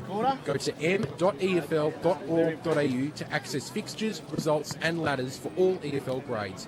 You can also receive live around-the-ground scores every Saturday afternoon right from the palm of your hand. And contribute to the mighty EFL forum while you're online. Download the EFL mobile web app to go live and local for your footy this season right from the palm of your hand. This is EFL Game Day on Radio Eastern 98.1. Barry Cott's back here in the studio, and we'll be back very shortly for the second half of Division 1 game at Cheong Park in South Croydon between South Croydon and Rowville in just a moment. But let's take another check of AFL scores, and over in Amy Stadium, Adelaide, it's Port Adelaide and Hawthorn. It's the 14-minute mark of the third quarter, and it's Hawthorn 13-6-84 leading Port Adelaide 8-5-53. Goal kickers for Hawthorn, Jared Roughhead has 4.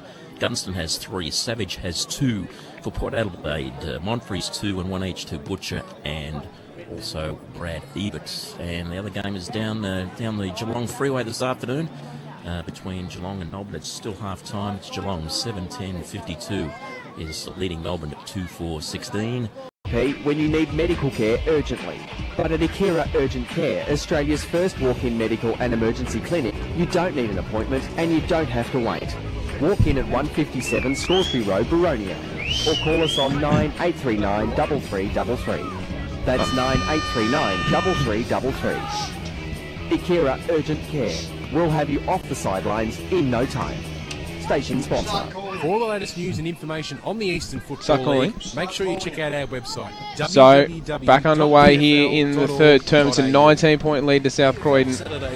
Ball comes out in the centre of the ground here. Handball off, going to head inside 50. Here are the Dogs. Coming out to Osborne. He can have a shot. Get dragged up. Should be holding the ball. We're back underway here in the third term. Rowville are bringing out a defensive play. 30 seconds. It's a 19-point lead to South Croydon. No score yet to start the third term. Rowville have it on centre wing. Handball off came from Migara in the centre of the ground. They can head inside 50. Looks for the target and the big ruckman in Gunner. He'll take it.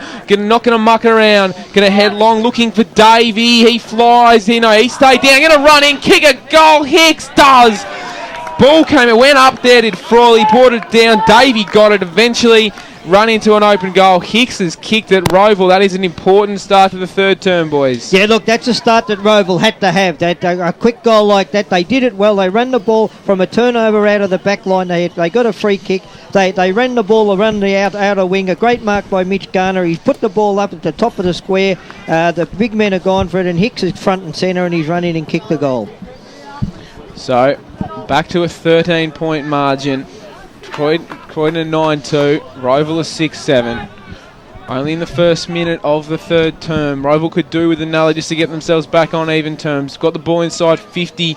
The Bulldogs with the Dogs with the kick. Now players in there gonna be able to bring it in. It's really scrappy at the moment. Shrugged the tackle there did Steve Giorgio. Got the handball out but to no avail. Tried to find Bussy. He missed it and eventually players pile in just in the centre square. 70 or 80 out from the Dogs' goal. So only 2 minutes gone. Bit of a shoving contest in the ruck. Players can't. There's about 30 around it. Now they're clear now. Ball's going to come out to Jackson.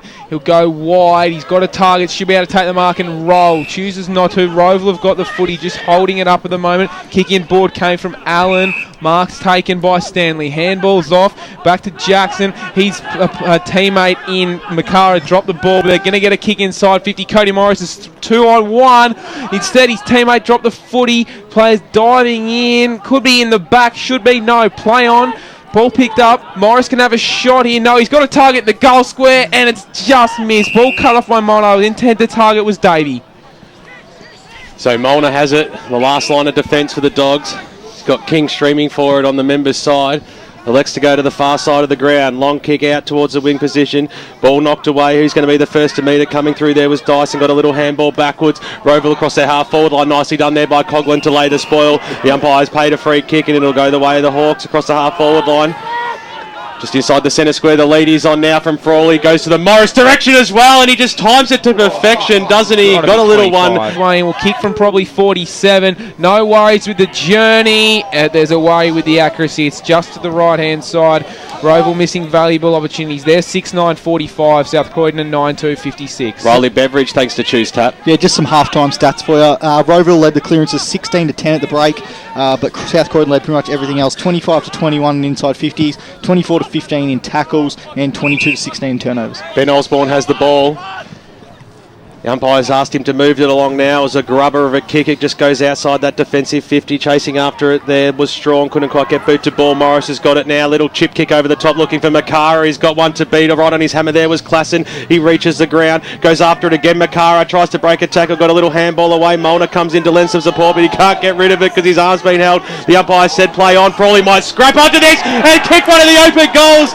One of the best ones you will see. He just keeps going and going. He puts himself in the right position at all times, and Alex Frawley at the top of the goal square, easy as you like, bangs through a goal for Rowville, and haven't they started well in this third term? Look, no doubt Paul Minot, he's given them a rev at half-time, but look, as I mentioned earlier in the game, Alex Frawley got that goal because once again he was contested, he kept his feet, and that's the secret to his game.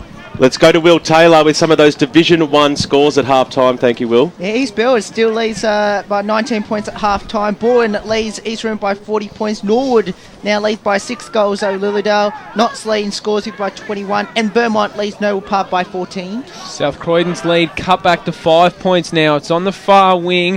One-on-one. Dogs are going to do well to get out. And they do, but it's fumbled in the end. It'll be a throw-in. Let's cross down boundary side thanks to Akira Urgent Care to Artie Hall. Yeah, sorry about that, boys. It's just a pattern here. Rowville started all 3 quarters very quickly, very fast, but I think we just need to watch for Croydon. They've been coming home over the top of Rowville at the end of each quarter. South Croydon, Artie. South Croydon, sorry. Neither ruckman got a hand on the ball. Cristanel, though, did well. Got it inside 50. Shot comes as a one-on-one. Should be able to take the mark. Got to be holding favour. Oh, what an effort. Oh, Crowd got absolutely manhandled, held. Should have been a free kick in the end. Didn't get one, and it'll be a boundary throw-in right next to the right hand behind post. The second effort by both players then was absolutely super. Crozier went after it again, and also Crowell. Super play by the full-back and the full-forward. Back in, South Croydon probably need one here just to slow the momentum of the Rowville side. Held his opponent there to Daniil. Kick will be out on the full. Not a good one in the end, and Rowville will be able to clear. Will Taylor, some Division 2 scores at half-time. Donvale leads Upper Ferntree Gully by 2 goals. Mooroolbark leads Bayswater by 9 goals. Montrose leads Doncaster East by 34 points. Croydon leads Mulgrave by 2 goals. And North Ringwood leads the Waverley Blues by 28. Keep going with Divi 1 if you want. We'll go with Division 3. Turner South lead the Basin by 29 points. Baronia leads Glenwaverley by 27 points. Ringwood leads Warrandyte by 51 points. Churnside leads Heathmont by 2 goals. Doncaster leads Whitehorse by 28. And Mitcham leading Templestowe by 32. So it was Kinder who brought it back in, and now on the outer side, Rowville have got it. They've used the ball pretty quickly today. They haven't mucked around, but here, just slowing it up, don't have too many options. Might look short into the centre. Still, instead, decides to go long towards the scoreboard. Probably got a little bit pushed out there with Stanley, but his opponent did well. Now into the centre of the ground. They've used this pretty well today. South Croydon. Cuthbert's got it. Found his teammate who looked for the handball over the top, chose not to, and a kick inside 50. Oh, one-handed mark! Stevie Donnell, he's got it on a string, boys. He's just stuck the right-hand juke out and somehow reeled it in like he had super glue on his fingers. He'll go back and have a shot from 40, probably from about 48 on a tight angle. Yeah, that certainly stuck in the mid, that football, but a great mark by Steve Donnell running inside 50. They didn't have a plethora of options up forward. It was a good short pass, a precise one, and that results in this shot on goal. So, Stevie Donnell, as we said, the momentum's been with Rowville probably the first 8 minutes of this quarter, and now just needs to steady it. Give them a bit of a stronger lead. He makes his way in. No worries with the distance. Beautiful. His teammates love it. It's a goal. So, very nice. South Croydon moved to 10-2-62. They have a 9-point lead over Rowville. That certainly is a vital goal in the context of the game because Rowville were getting a run on in the first 5 minutes of this term. That just steadies the play down against the flow. A crucial goal for the Bulldogs, and they still have that buffer. Will Taylor's got some been clever all afternoon, kicks the ball to the top of the goal square, bouncy ball, might wrong and through, and it spun at the last moment, but only through for one behind, stretching the lead on the Bendigo Bank scoreboard to 10 points at the 11-minute mark, 10-2-62 Croydon. Rowville at 7-10-52, the scoreboard's been fixed. So, brought in short, Rowville tied up. He goes long down the wing. Not going to have much on because it's all South Croydon. Don't go long down the wing. He said handball was clever. Gave it off to Jackson. Kick now. Handball, in fact, just high and long to the wing. The ruckman there in Garner's there. He does well. Took the mark on the third grab. Players run around him. He wheels around onto his right. Doesn't muck around. He got a free man. Can just run and go. Does. Should kick the goal. And it's to the right-hand side. It's come from Stanley. Had a chance. He's been a bit inaccurate. He's kicked 3-4 now today. And probably should have kicked that one under no pressure. South Croydon at 10-2-62. Rowville 7-11-53. And he stepped on the line. The man bringing it in, it was Ben Osborne. And that's really costly. It certainly is. And Rowville, I think, need to kick a goal from this scrimmage just to allow the confidence to bring back into the side because they've been relatively inaccurate and the scoreboard, I don't think, reflects their dominance really in this third term. So, costly mistake. Stanley missed that one, but he's been given a reprieve here, Rowville. In the goal square. It's going to bounce down. Hicks, handballed off to his teammate. Ball comes out to Burns. Wasn't sure what to do. Ball got smothered well there by Coughlin. Now, they've still got the numbers. Just need a support and lay a Shevard. Great work there from Donnell. He's paddled it on. Got a kick on. Oh, it could just work there away now. Blair Allen, can he pick it up? He handballs inboard. Finds his teammate in Cuthbert. He spilled it. Pressure's on probably in the back. Free kick. The Rowville umpire says no, and it's going to slow it down here, boys. I need a rest. Ball up. 60 out from goal. Wasn't that great play from Chris Donnell though, Ray? Just sheer persistence against numbers. Yeah, look, he was fantastic there. They were clearing the ball out of the back 50. Ball up. Frawley led the chase of the ball. Handball out. Willoughby's there, and again it'll spill over the boundary line right in front of the Rowville bench. I just feel in this quarter, though, Rowville's overdoing the handball. I think they've got to get back to basics. One handball and then put the ball to foot, boys. Hope you're enjoying the broadcast today on 98.1 Radio Eastern and streaming live on EFL.org.au as the umpire comes in. Shower makers nearly got the knockout. Makara on hands and knees, as is Frawley. He's been tackled and will have a bounce about 55 metres out, 45-degree angle from the South Croydon goals. James Powell's acting as that loose man in defence for Rowville. To start the game again. Rucks go at it. We'll give that one to Shower Makers. For the ball, Coughlin. He nearly got a high tackle. Frawley goes after it again. He's wrapped up by Marcus Klassen. And we'll have a bounce. It's now moved out probably about 60 metres out from the doggy goal line. I just feel that the tempo of the game just slowed down in the past minutes. It'll be interesting to see whether it continues. And by once again, McLaughlin will give that one to him. Giorgio somehow got a handball away, but Daniel King has copped one high on the way down, and he'll receive a free kick from that stoppage. So handy ball to be in this player's hands now as he goes down towards the full forward line. He was intended for Crowell, but getting back in 2-on-1 situation, James Powell takes the mark for the Hawks. So short passes on to Crozier. Almost on the behind line down there. We'll definitely call that the last line of defence for Rowville. Told to move on with it now, Crozier. Might even be a 25-metre penalty here with them going over the man on the mark. So he'll definitely take that, won't he, Ray? He was under a bit of pressure there to move the ball on, and instead he finds himself with a 25-metre penalty. Well, he didn't have any options. Nothing was moving up the field for him. Well, let's hope that something's moving now for the Rowville Football Club, because the big Max in the middle of the ground and the captain will stand strong. Broke a tackle. That was good play. Kicks the ball up towards the Hicks direction, but Matt Davey might be in position A to take this and take off. Sold some candy. That was good play. Willoughby's made position A in the middle of the ground, but cutting across magnificently. Daniel King putting his body on the line. Takes a very fantastic saving mark for the Dogs at centre half back. He's got Stevens all by himself along the wing position if he wants to go to that direction. Instead, he'll go backwards to go forwards. Spots up a teammate in Del Cadici. He'll eventually go now to Grattan Stevens, who takes the mark near on the wing position.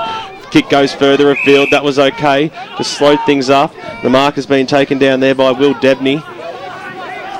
So he'll look towards the centre half forward position instead. No, Stevens did well to just run on and sneak another possession. He drives the ball inside forward 50 now towards the McLaughlin direction. It was instrumental for them too, Ray, because they had the options on the outer side of the ground with the switch. Well, Gavin Willoughby there, he was the one with the ball. He was caught on his wrong foot, being a left footer, and it was a wobbly old kick that went out there. And the kick goes inside forward 50, looking for Showermakers. Couldn't quite trap it at the ball. The ball Fitzgerald got the handball out to Stevens, and now the Doggies are away. No, Osborne's got it, looked to run on, did, and had to get rid of it quickly. It's a 3-on-1, and Rowville have got it. The pressure's just going to keep on coming into the centre of the ground. It'll work, and they can go, almost played on. Bit of candy, had to get it on the boot there to Jackson in the end. It's a scraping kick to half forward. Diving in was McGarra, trying to pick it up. It's just scrappy footy with this rain. Good tackle laid by Klassen. Got to be a ball up in the end. Centre of the ground, just near the cricket pitch. Let's cross down boundary side thanks to Akira Urgent Care, because I can't see any rain down there, Arthur Hall. Yeah, I've been concerned about his rain calls all afternoon. That's my first of the afternoon. You think it was absolutely belting down here, but it's hardly rained all day. It's just a little tiny drizzle now and again, boys. Ground's dry and firm. It's a slippery surface, though, I think, Artie. Because of all that rain, what? Artie, I think if you stop hitting into special comments territory of Damo and Ray, then I'll stay out of the rain calls. How about that one? No. All things are not even, my boy. I've been put in my place here, so I'm just gonna let wait till the play begins. I think that's my best position. So a blood rule has happened out here, and going off was Chris Donnell. I'll just do the boundary riders' work for them while it's it's Debney, number 34. He's had a bop on the nose there, a bit of blood, mate. He'll be back in a minute. Ball up in the centre, picked up by Descent, and then by Cuthbert. He can head wide to the wing. Mark should be taken. No, it was dropped by Allen. It was a tough kick in the end. Ball should sit now for Bussy in the centre. Now, he's got a 2-on-1, does Allen to beat, did well, took the mark, pressure came from Marshall. Now, looked to play on, almost slipped over and rushed his kick. He slipped over, should have gone back and waited. Instead, Descent took it on half back, just in front of our commentary position. He'll go short, and he's got Osborne. He now just backpedals, doesn't have too much. It's all mostly Rowville ahead of him, and that's why he chips back to Descent. No, it's in fact Mallison, the man who's kicked two. He goes to fullback in Grattan Stevens. He shapes the kick, holds it up in the end. Good kick, and mark taken. Now on half back, under pressure, had to break the tackle to McLaughlin. Got the handball away, trying to put the Shepherd on. Kick now close to the boundary line. Allen gave it away, and now ball heading board. Mark missed his teammate. It'll be able to picked up by Donnell instead. Great running through off half. 8 apiece for the match. Well, add another one to that total, because they're going to go inside forward 50 now. The kick goes out towards the Stanley direction, nicely fisted over the boundary line and out of bounds, and we'll have a throw in about 50 metres out from the Rowville goal line. They currently trail by 11 points. We're into time on here in the Premiership quarter, the third term, 21 minutes gone. So Rowville will be looking for definitely the next goal to go through. McLaughlin will go up against Garner. He wrapped McLaughlin up in a tackle, probably could have given away a free kick. The umpire said no, but off the ball it'll be a free kick to Ben Osborne for the South Croydon Football Club as he was held. So they'll definitely take that, the Doggies. Osborne now on the left boot. It's a lovely looking kick out towards the Allen direction. Just put Allen off enough. His namesake got the handball away towards the Molnar direction. He arched the back and then kicked it up towards the half-forward line. He just probably took off a little bit too fast, and the disposal wasn't too crash shot. Now Rowville, the ball will land in the arms of Willoughby. They've switched the play nicely here. Grandstand side of Cheong Park. Willoughby lopes up on that left boot. It's a beautiful kick. Normally kicks it into the middle of the ground. Who's going to be the one to attack it? I'll tell you who. Glenn Strawn for the South Croydon Football Club. He had to beat three. Got the handball away to Minogue, who kicks it inside forward 50. The high fly at the back of the pack for Crow. Couldn't couldn't quite get it at the fall. The ball comes through. Steve Donnell, can he pick the ball up? He does so now. He goes in. He might slot this one through for South Croydon, and he slams it home. That's a fantastic goal for the Doggies. And on the Bendigo Bank scoreboard, that's their 11th. They moved to 11-3-69. Rowville a 7-10-52. What a goal there by South Croydon. Pretty much against the play there. Yeah, it certainly was. Look, and I'm just amazed at how quick this game's going. Look, it's going from end to end, and look, the players haven't stopped running all day. But look, Rowville, I just think at times Rowville are trying to play too pretty football. Put his teammate under pressure. Great tackle. Dyson did well, tried to get away from his opponent, couldn't do much. He'll have a throw in. It was a good tackle there from Marshall. Dylan Marshall. He's had applied a fair bit of pressure, and they probably would have been away if Dyson hadn't got out of that tackle. We're not going to sell Daniel King short. It was Daniel King. Thank you, BWS. Ball into play. Kick came away from King towards 50. Now, handball, no, in fact, it's Minogue, and got the kick while he was being slung to the ground. It'll sit for Coughlin. Handball off. Did well, did Donnell. He's been good in the last 5 minutes and then mucked it up. Handball off, went to his opponent in Ryle. Marks taken by Allen. They're streaming through the centre of the ground. Have another bounce. No, long. It's a 2-on-1. Should take the mark. Raffle it, boys. They do. Dyson takes the mark. It's a important mark, an important kick. He should kick it 15 out directly in front. Yeah, player of his calibre, under pressure. He really needs to kick this goal from directly in front. The pressure will be on him though, Ray. Look, the pressure's certainly on him, but what I liked about that forward thrust was that they went down the corridor. They didn't muck around with trying to play pretty football. So Josh Dyson was a 19-point lead to South Croydon at three-quarter time. Comes in, kicks the goal. Important one there for Josh Dyson. He's kicked his second, and he's been a handy in for them this afternoon. It is back to an 11-point margin, and we are on for a cracking final term. And what a great game it's been all day, boys. And I think the last quarter's going to get even better because this game's going to go right down to the wire. Well, we came here for a reason, Ray Baird. It is EFL's match of the day, and Riley Beveridge has got some choose tap stats for us. Yeah, it was Steve Donnell who turned it over going inside 50 that just then for South Croydon. Rowville rebounded. It's their 11th turnover for the quarter. The Dogs have had 33 for the match. That's a staggering amount of turnovers. Well, the Dogs have been able to answer the challenge all afternoon, and they might get the clearance here. Molnar got it to King and got dispossessed, coming through Makara on hands and knees, tried to break the tackle of Dylan Marshall. The umpire will come in and bounce it, still inside that centre square line. Yeah, Ray mentioned that goal earlier. They penetrated through the corridor, Rowville, and that was because they were composed in defence before learning to run off. Throws it up. Rowville will surge forward again. A scrambling kick goes towards the Garner direction, and he takes the mark. The umpire has called it time. Well, no, he has paid the mark. So the siren has gone here at three-quarter time. It is an 11-point ball game, and the ball is in the arms of the big ruckman, Mitch Garner. It was a scrambling kick forward, but when you play in front, that you have the better opportunity to take the mark. So probably one of the biggest kicks of the afternoon, if not the biggest. Mitch Garner, distance will not be a problem. The crowd will tell the story. He comes in now, he holds it up. Distance is a problem. One of the punishments is you've got to get spray tan the Friday night before a game. Wash all the jumpers. And of course, he is Glenn Archer, and welcome to the program tonight. G'day, Glenn. G'day, guys. How you going? If it was up to Dino, he's winning the league there, out. How much longer we've got to see Stewie Wine going around in the Eastern Football League? Probably about 1 quarter. 6 p.m. every Wednesday on 98.1 Radio Eastern. Radio Eastern 98.1 has just gone 4 o'clock. Barry Cott's back here in the studio, and we'll return for the last quarter of the South Croydon Rowville game very shortly. But in the meantime, let's check some more AFL scores being played this afternoon over there in Adelaide between Hawthorn and Port Adelaide. It's the 8-minute mark of the last quarter, and it's Hawthorn 17-9, 111 leading Port Adelaide 10-6, 66. Jared Ruffhead for Hawthorn having a pretty good day. He's kicked 5 goals so far.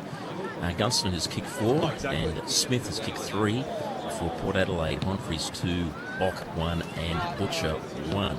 And the other game today is down there at Geelong at Skilled Stadium between Geelong and Melbourne. It's the 26-minute mark of the third quarter, and it's Geelong 10-12, 72, Melbourne 3-4, 22. So a 50-point lead coming up to three-quarter time for the Cats. They'll kick us for Geelong. Caddy has 2, also Hawkins has 2, and Norman Smith has 2. And for Melbourne, Burns has 2, and Dawes has 1. And the twilight game this afternoon between Richmond and Gold Coast up there in Cairns, and that gets underway, as said, later on. And we'll give you update scores when that game gets underway. This is EFL Game Day. We'll be back. Talk to winning coaches, players and special guests to bring you the final scores from all seniors, reserves and under-19s matches. Akira EFL Sunday, going live and local for your footy from 10 every Sunday on 98.1 Radio Eastern.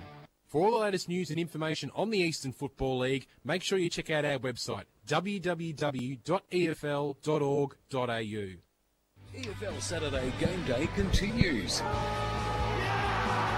Let's head back and go local for your footy.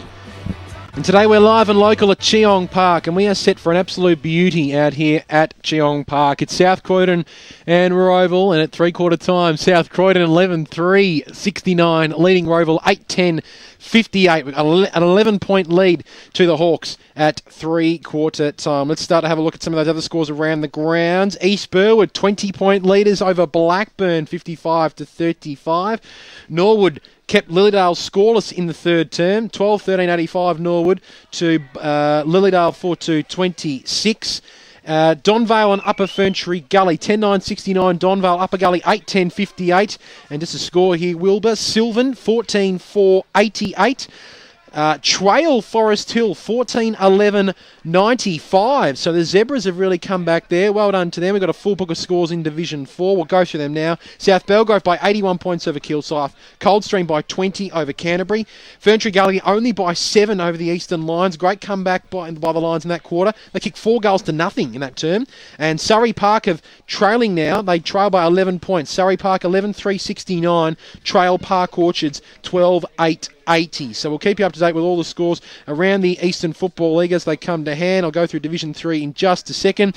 One Division 3 score is the Basin 11-6-72. They are trailing Wantirna South 13-9-87, but 4 goals to 2 in that quarter in favour of Wantirna South. So a nice work there. And in the another game, Murrelbark and Bayswater. Murrelbark 16-10-106, leading Bayswater 7-12-54. So the scores are streaming through. Will Taylor will have those all under control, and he'll bring you those to you very, very shortly. Let's cross down boundary side to Corey Hall, thanks to Akira Urgent Care, because he's got Paul Minot with him. He did have Paul Minot. He did have Paul Minot. Maybe you can continue then. Go ahead, Corey. Oh, yeah, sorry. What was the message for the boys at the three-quarter time break? Oh, look, we just got to keep our pressure on our man. We went away from going zones in the first half because they were cutting us up with their high skill level, and just keep working hard. I reckon we were all over them in that third quarter. Probably just didn't make the most of some of the opportunities. And you pulled back a goal in that first quarter. Are you happy with that?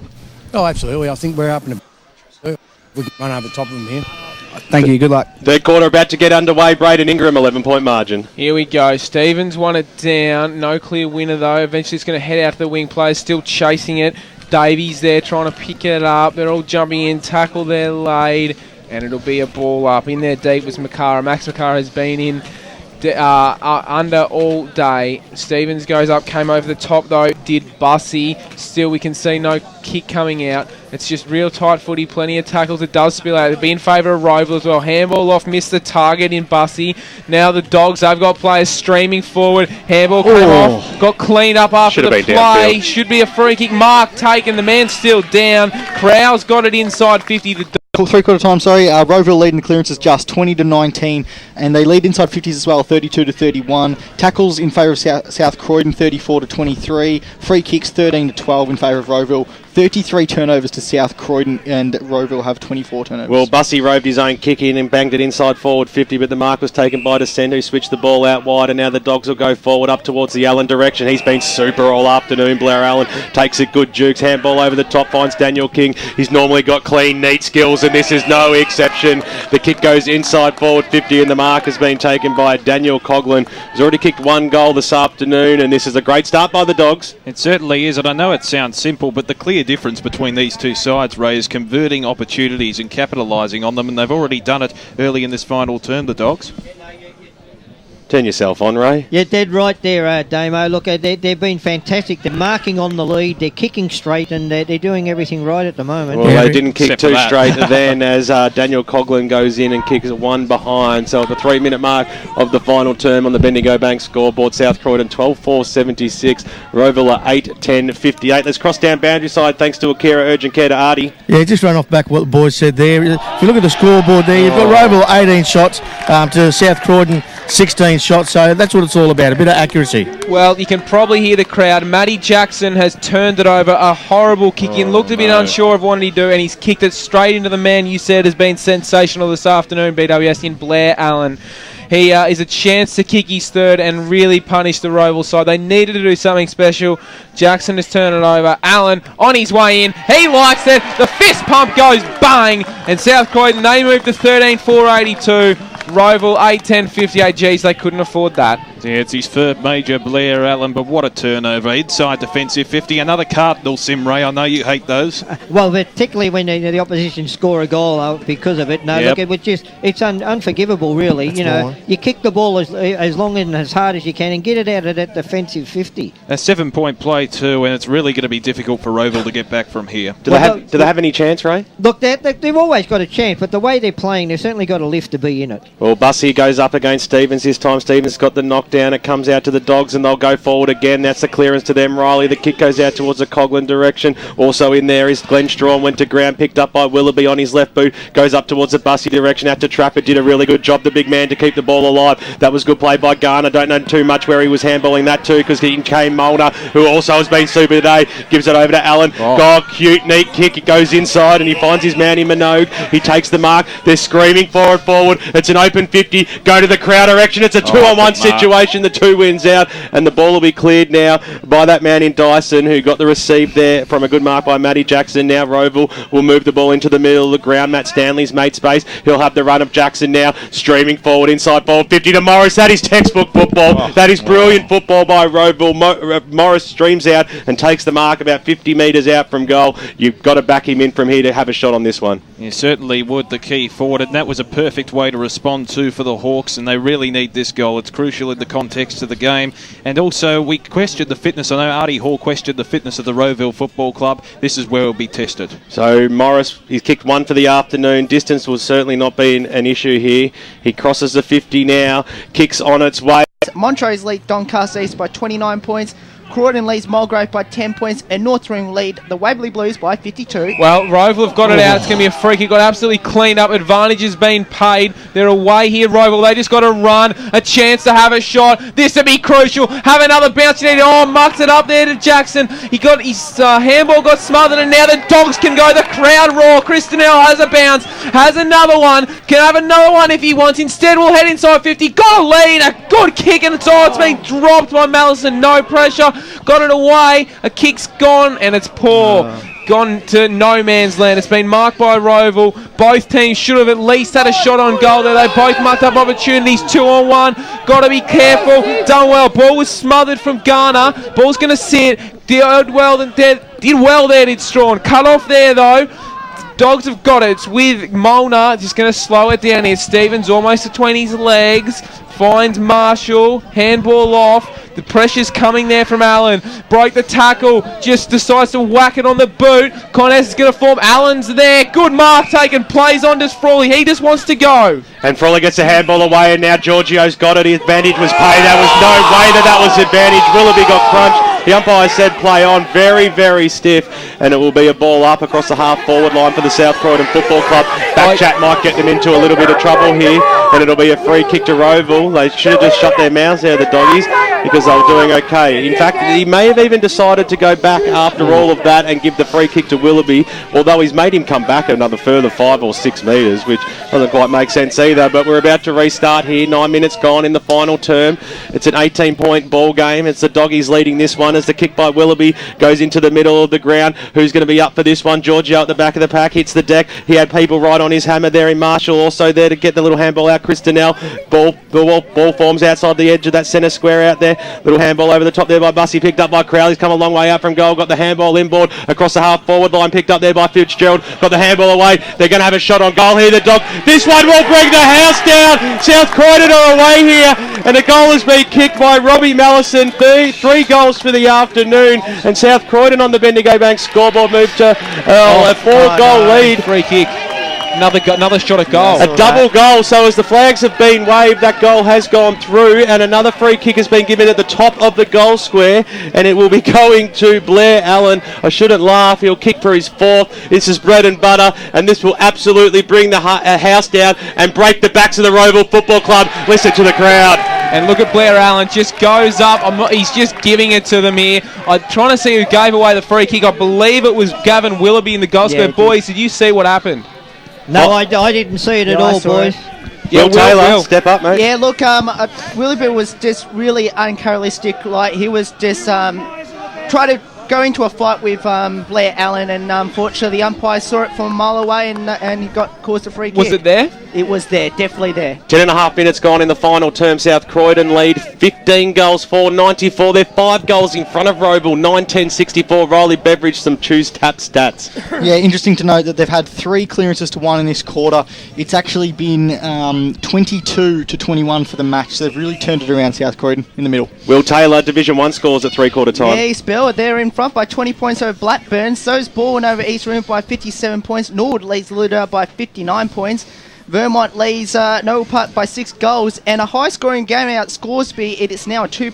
So they've got out to that defensive 50 line. South Croydon, King screaming for the ball, for the players to run at him, really, and he kicks the ball into the middle of the ground, and they've got players running away now. Osborne might receive the handball. Instead, the kick goes up towards the McLaughlin direction. He was nearly held off the ball, trapped it on the first bounce, brought down in a ripper tackle by Lucas Gibbons, and we'll have a bounce just inside the centre square, half-forward line, true centre half-forward position for the Rowville Football Club, for the South Croydon Football Club, I should say. Comes down into the arms of Mola. He got crunched into tackle by Frawley. The umpire said, we'll quickly restart this one.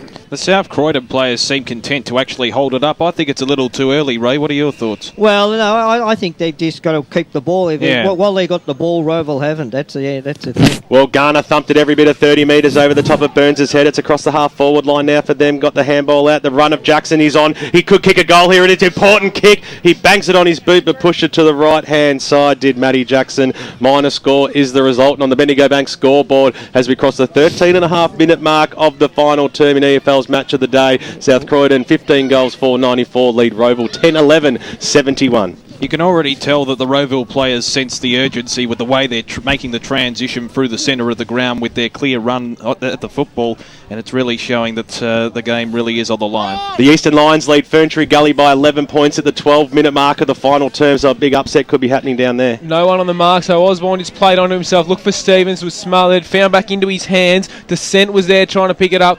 Ball, good tackle, no, missed it, and now Molnar can go. Kicks into the centre of the ground, the chase is on, needs to sit. Gibbons needs to get it out of there instead. Falls into the arms of Marshall. Liked his work today when he's had it. Kick inside 50, should be marked. No, it's dropped there by Dyson in defence. Under pressure, picked up there by Crozier. Handball, they've just got to be careful here. They're away. Got to get it on the boot here, Rowville. They do. Slips catch taken down low there by Jackson. He doesn't muck around. What is on that? The right is not a good kick. Didn't favour his ruckman at all. We got a whistle and a free kick going the way of Rowville. The South Croydon boys not happy.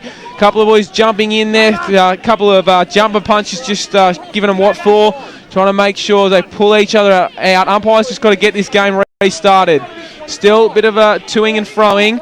Eventually, though, free kick. It's a free. I'm trying to see which way it's going. I thought it was a Rowville free kick. No, 25. It's the South Croydon free kick, in fact. And, well, we've said it before. I'm going to say it again. Undisciplined acts have killed them this afternoon for Rowville. So, they've got it here. It's going to head inside 50. 2-on-1, should be able to cut it off. Didn't take the mark there to power. Got a whistle high. It will go the way of Rowville. So it will go the way of Jared Hicks. We've played 15 minutes. They're 23 points down. They just got to take the game on. Handball on. Gave it to Dyson. He gave it to his teammate in Crozier, just by hand, trying to get it out. Back to Crozier. Now, handball over the top to Kinder. Eventually, someone decides to whack it on the boot. Going to go high to half forward. Mark couldn't be taken. Wrapped up in a tackle. He broke the tackle there, did Jackson.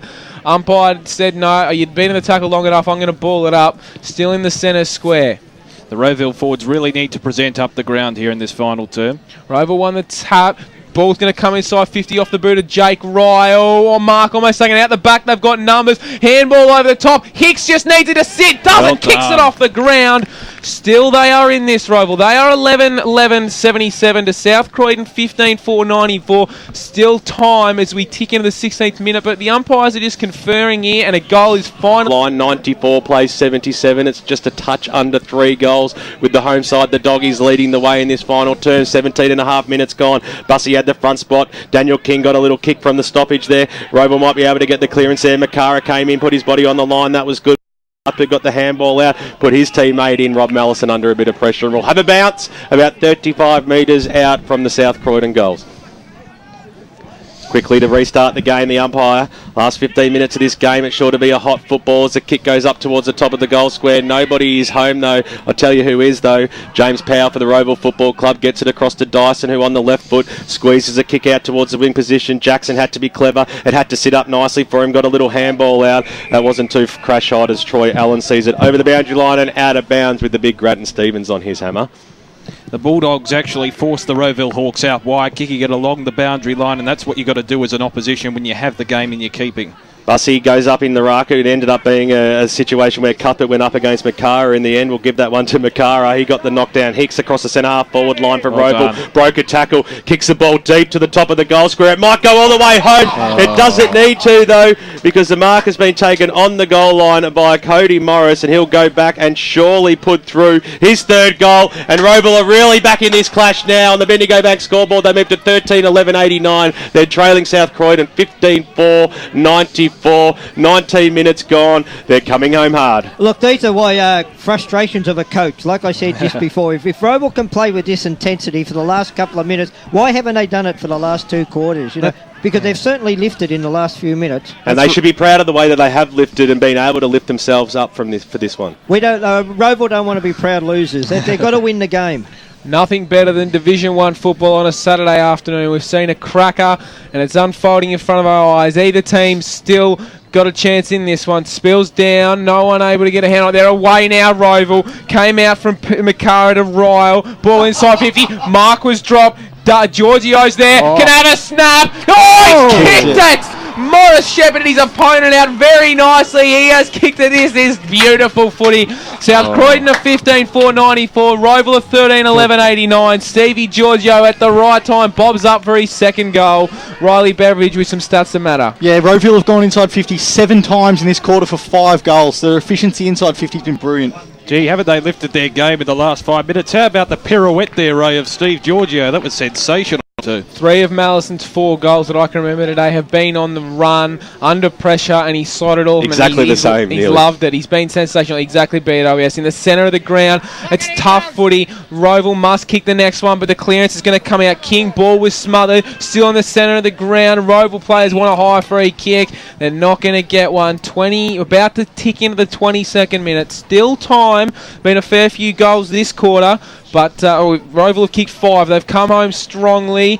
Ball bouncing about. Need to get it in there. It's on half forward. Picked up there by the big ruckman in Ghana. Crowd wanted holding the ball. The crowd, they are not happy. Ball's high in 50. Hicks needs to sit for him. It doesn't. Snap's going to come from Stanley. It's hit the post. No one in the goal square doesn't favour him. It's Rowville 13-10-90. South Croydon 16-4-100. And it's that old adage, isn't it? Centre the football. He had a few options in the hot spot, but instead he opted to go for the opportunistic goal that he missed. So probably had to open the eyes up a bit. He's kicked 3-5 today, Damo. He's probably missed a couple of opportunities he should have kicked. Riley Beveridge, thanks to Choose Tap. Yeah, the 12-minute mark, South Croydon opened up the biggest lead of the game, which was 30 points. It's back to 10 now. Strawn kicks out, kicks it towards the Allen direction. He's got to beat Giorgio, and he does. He's been super today. I've loved this performance by Blair Allen. Really led from the front. Kicks it onwards to Daniel King, who's really lifted from quarter time. Been a general in this side for such a long time. Always got the 3/4 sleeves on. Laying the foundations, goes backwards to go forwards. That's okay. He finds his teammate in Chris Donnell, who's also had an absolute ripper of a match today. Kick goes out towards the Coghlan direction. Ryle comes in to lend some support. Garner goes in after it again, but the Dogs have the numbers at the fall of the ball. The kick goes up towards the Minogue direction. He has two players to beat. Powell will be the first one to get back for Rowville. But here he comes in again. Fantastic little bit of play. The centre and kick will go after it. Good tackle there by Troy Allen, and he's been pinged as well. So under pressure at the last line of defence, Troy Allen stood up to keep Rowville, well, in this game. They need to bang it down. It's a 2-goal ball game. It's 10 points in factors now. He goes out wide.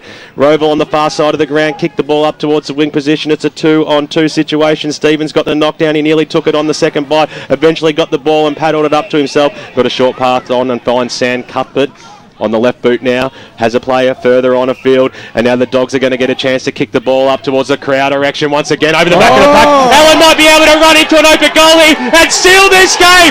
Fantastic play. Blair Allen kicks his 5th goal of the afternoon, and a fantastic little bit of play there by the Doggies, who just haven't been able to stop all last quarter, in fact all game. And when it's down against them, they've got the numbers and they keep on running. And well, you've got to have these favourable bounces every time and again, don't you, Damien Watson? And it was good that the home side were able to get one there. The crowd went nuts. That's right. Fortune does play a factor, but Blair Allen really did read the play well. He ran into the open space, and eventually the ball came out and kicked one of the easiest goals of the afternoon, but it could be a crucial one. 17-4, 106 South Croydon, 16 points ahead of Rowville, 13-12, 90. Let's cross down to Artie, thanks to Akira Urgent Care. Yeah, I know I'm harping on this, but I think it's very interesting. Once again, Rowville started the quarter with much more intensity, and it looks like, once again, Croydon are going to come home the better. Mikara got the ball out of the centre, found his teammate in Davey. He got the kick out. Morris has taken it, tight angle, probably will kick from 30. Got to run back and kick this. Time ticks into the 25th minute.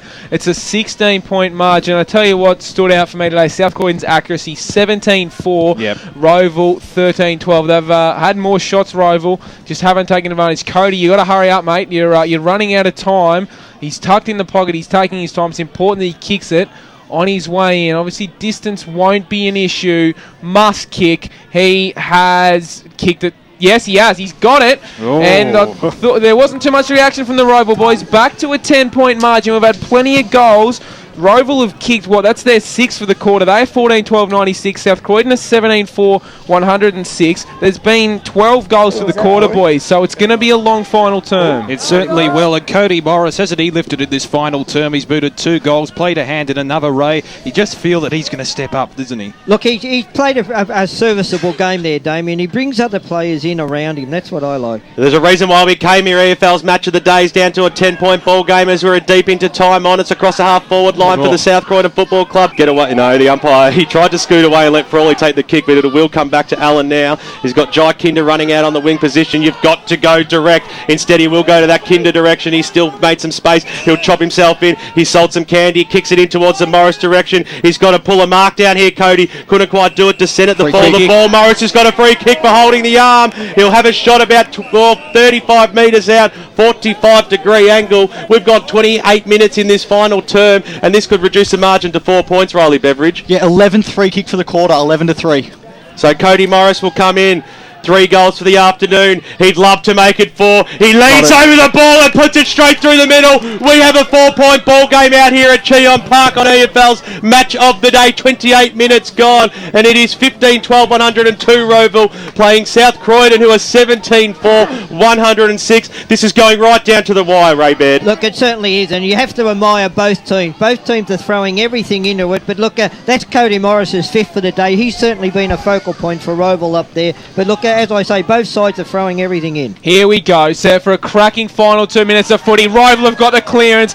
Ball high from Frawley to half forward. Mark should be taking it. It was dropped there by Descent. They've got a chance, missed the target. Ball just pumped out of there by Cuthbert. It's to the wing. Molnar's got time. It might get out of bounds. That's what Rowville need. Trying to keep it in. Molnar did well. Diving in there for Rowville. Might have been a throw. Play on. They've got it. Handball comes to Donnell and Steve. Good. He got held without the footy. Play on now. Trying to get there is Kinder. Tapped on. A chance to seal it here for the Dogs. Tight in the pocket is Mallison to kick his 5th. Rowville have got it. Kick away and they can go. Mark will be taken by Dyson. You just got to take it on, son. To the wing is a poor kick. Mark was dropped there by Descent. It's spilled on the ground. Osborne does well under pressure. They've just got numbers on the wing. They've got a man up here, Rowville. Ball's going to head inside 50. Mark, no, drop where they can go. Mikara heads to the wing. He's turned it over. Just got to slow down. Horrible kick. He was under pressure but didn't need to whack it on that quickly. They've got it on the wing. We played 29.5 minutes in the final term. Ball's just going to go long. Rowville should be able to clear. They've got the numbers. Into the centre of the ground is where you got to get it. They've got to pick it up first. Pressure's coming there from Coughlin. We're ticking into the 30-minute mark as the ball comes up. Riley Beveridge. 7 goals to 6 in this quarter, so 13 goals. It's going to be a long quarter. So, umpire to throw it up in the defensive half is not where Rowville need it. Grattan Stevens won the tap, and there's the siren! What a sensational win to the Dogs. They've been tested all afternoon, but I tell you what, they have just been sensational. As we hit the 30-minute mark, it's South Croydon 17-4, 106 over Rowville 15-12, 102. Boys, what a sensation! What a great afternoon of footy in South Croydon. And we're going to cross down to Artie Hall. He's got Damien Franken. Well, firstly, mate, congratulations. What a good win. How's your heart going, mate? Did it stop a couple of times there today? Absolutely. I suppose when we got out to 30 points in that last quarter, I thought, well, you wouldn't have thought that you'd still only end up winning by 4 points. So, very pleased. The boys have worked hard and really deserve it. Yeah, I thought today in particular, Strawn and Allen and Coughlin, Mallison, Dinnell, all played fantastically well. Oh, yeah, look, to be honest with you, I can't think of who didn't play well for us today. It was a really good team effort. Blokes just played their role at the time of the game. Look, at the end of the day, though, you look at the score and Rowville missed their opportunities as well. So they're a good side, and there's a long way to go for the rest of the season. Absolutely, 13-goal last quarter, and you asked your boys you wanted more intensity forward, you wanted them quicker to the ball. Not having the big name players to go along with this way that a lot of Division football clubs do, but they've just got a nice even spread, don't they, Ray? Yeah, look, they were very good today, and they certainly are a community-based club. Look, they don't spend a lot of money on players and all that type of thing, but it's good to see them with the possibility of playing finals. But look, when you summarise the whole game, they were probably the better side on the day. Look, they led at every break. When they were challenged, they came back again. Rowville's inaccuracy probably cost them also, but look, you can only go the way the game goes, and I just thought that they really controlled the game. Great to see Ben Osborne carried off in his 200th game this afternoon, a favourite son down here. Yeah, look, he's been a stalwart down here at South Croydon for years and years, and look, he's a great player. Riley Beveridge, the stats that mattered throughout the afternoon, thanks to Choose Tap, you've done a great job. What were the important ones? Just got a quick one before that. Norwood have won by 75 points, so South Croydon are in the 5. Oh, fantastic stuff, mate, and we'll keep it with you, and we might have the song not too far away either. So, 75-point win. Woof, woof, woof. Here we go. Here's the song.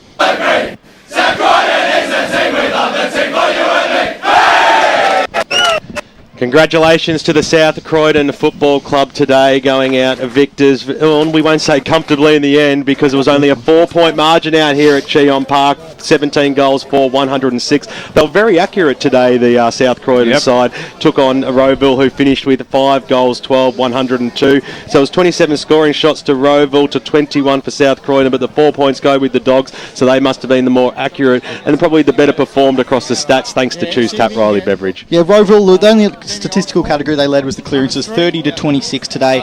All the rest of South Croydon, 45 to 42 inside 50s, 40 to 32 tackles.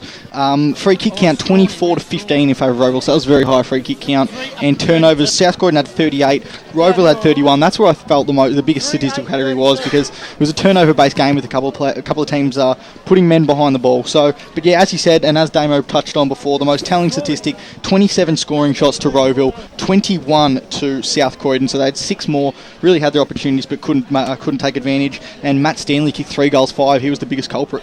Damo, Ray, I want to get your opinion. I I mean, plenty of highlights today. Blair Allen, Cody Morris both kicking 3 in the final term. A 13-goal final term was sensational. But look, for me, I think what stands out is in the end a 4-point ball game. We've seen a free kick given away in the goal square by Gavin Willoughby. I mean, give us your thoughts on that. Well, I mean, these things happen in football. It's an emotional game, and the pressure was on all day. And look, I've got Paul Allen here with me, boys. If you get caught out, you get caught out, and obviously Gavin Willoughby got caught out there. Done. But there were many highlights today. Let's cross down boundary side thanks to Akira Urgent Care, because Blair Allen is with Arthur Hall and he kicked 5 goals today. What a performance. He did kick 5 goals today. A fantastic performance from Blair and the boys. Blair, 5 games for yourself today. It was a big day today. It was a must-win game. How did you feel it all went? No, it went pretty well, guys. Yeah, we're just thrilled to get 4 wins in a row now. We're looking to get into the top 5. So, yeah, we're really excited about it. I was talking to the boys all the way through the game here. I felt the Rowville were starting their quarters off better, but you guys were finishing them off better. You're working hard on your fitness to make sure that you are finishing games off well? Yeah, we are. We're working a lot on Tuesday nights and Thursday nights with our training and recovery on Monday nights as well. So, yeah, we've got a new fitness trainer this year that's helped us a long way. Yeah, and Benny Osmond, 200 senior games for the club today. It's always good to have stalwarts like that around. It's always good to win for them on big days like today. Yeah, exactly. Ben's just he's just an amazing player, amazing bloke, and he's a great club man. So, yeah, it's great to get a win for him. Blair, it's Ben Warren Smith up in the caravan, mate. Congratulations on your It was luckily we could just hang on in the end. Blair, that running game that we really saw in the final term, which led to, I think, the 13 goals we saw from each side, is that something that we normally see South Croydon? Is that really the way you guys like to play, or is that how the game just opened up? I think that's the way it opened up. We like to possess the ball as much as we can, and then if we've got an open way forward, we like to run. And guys like Strawny and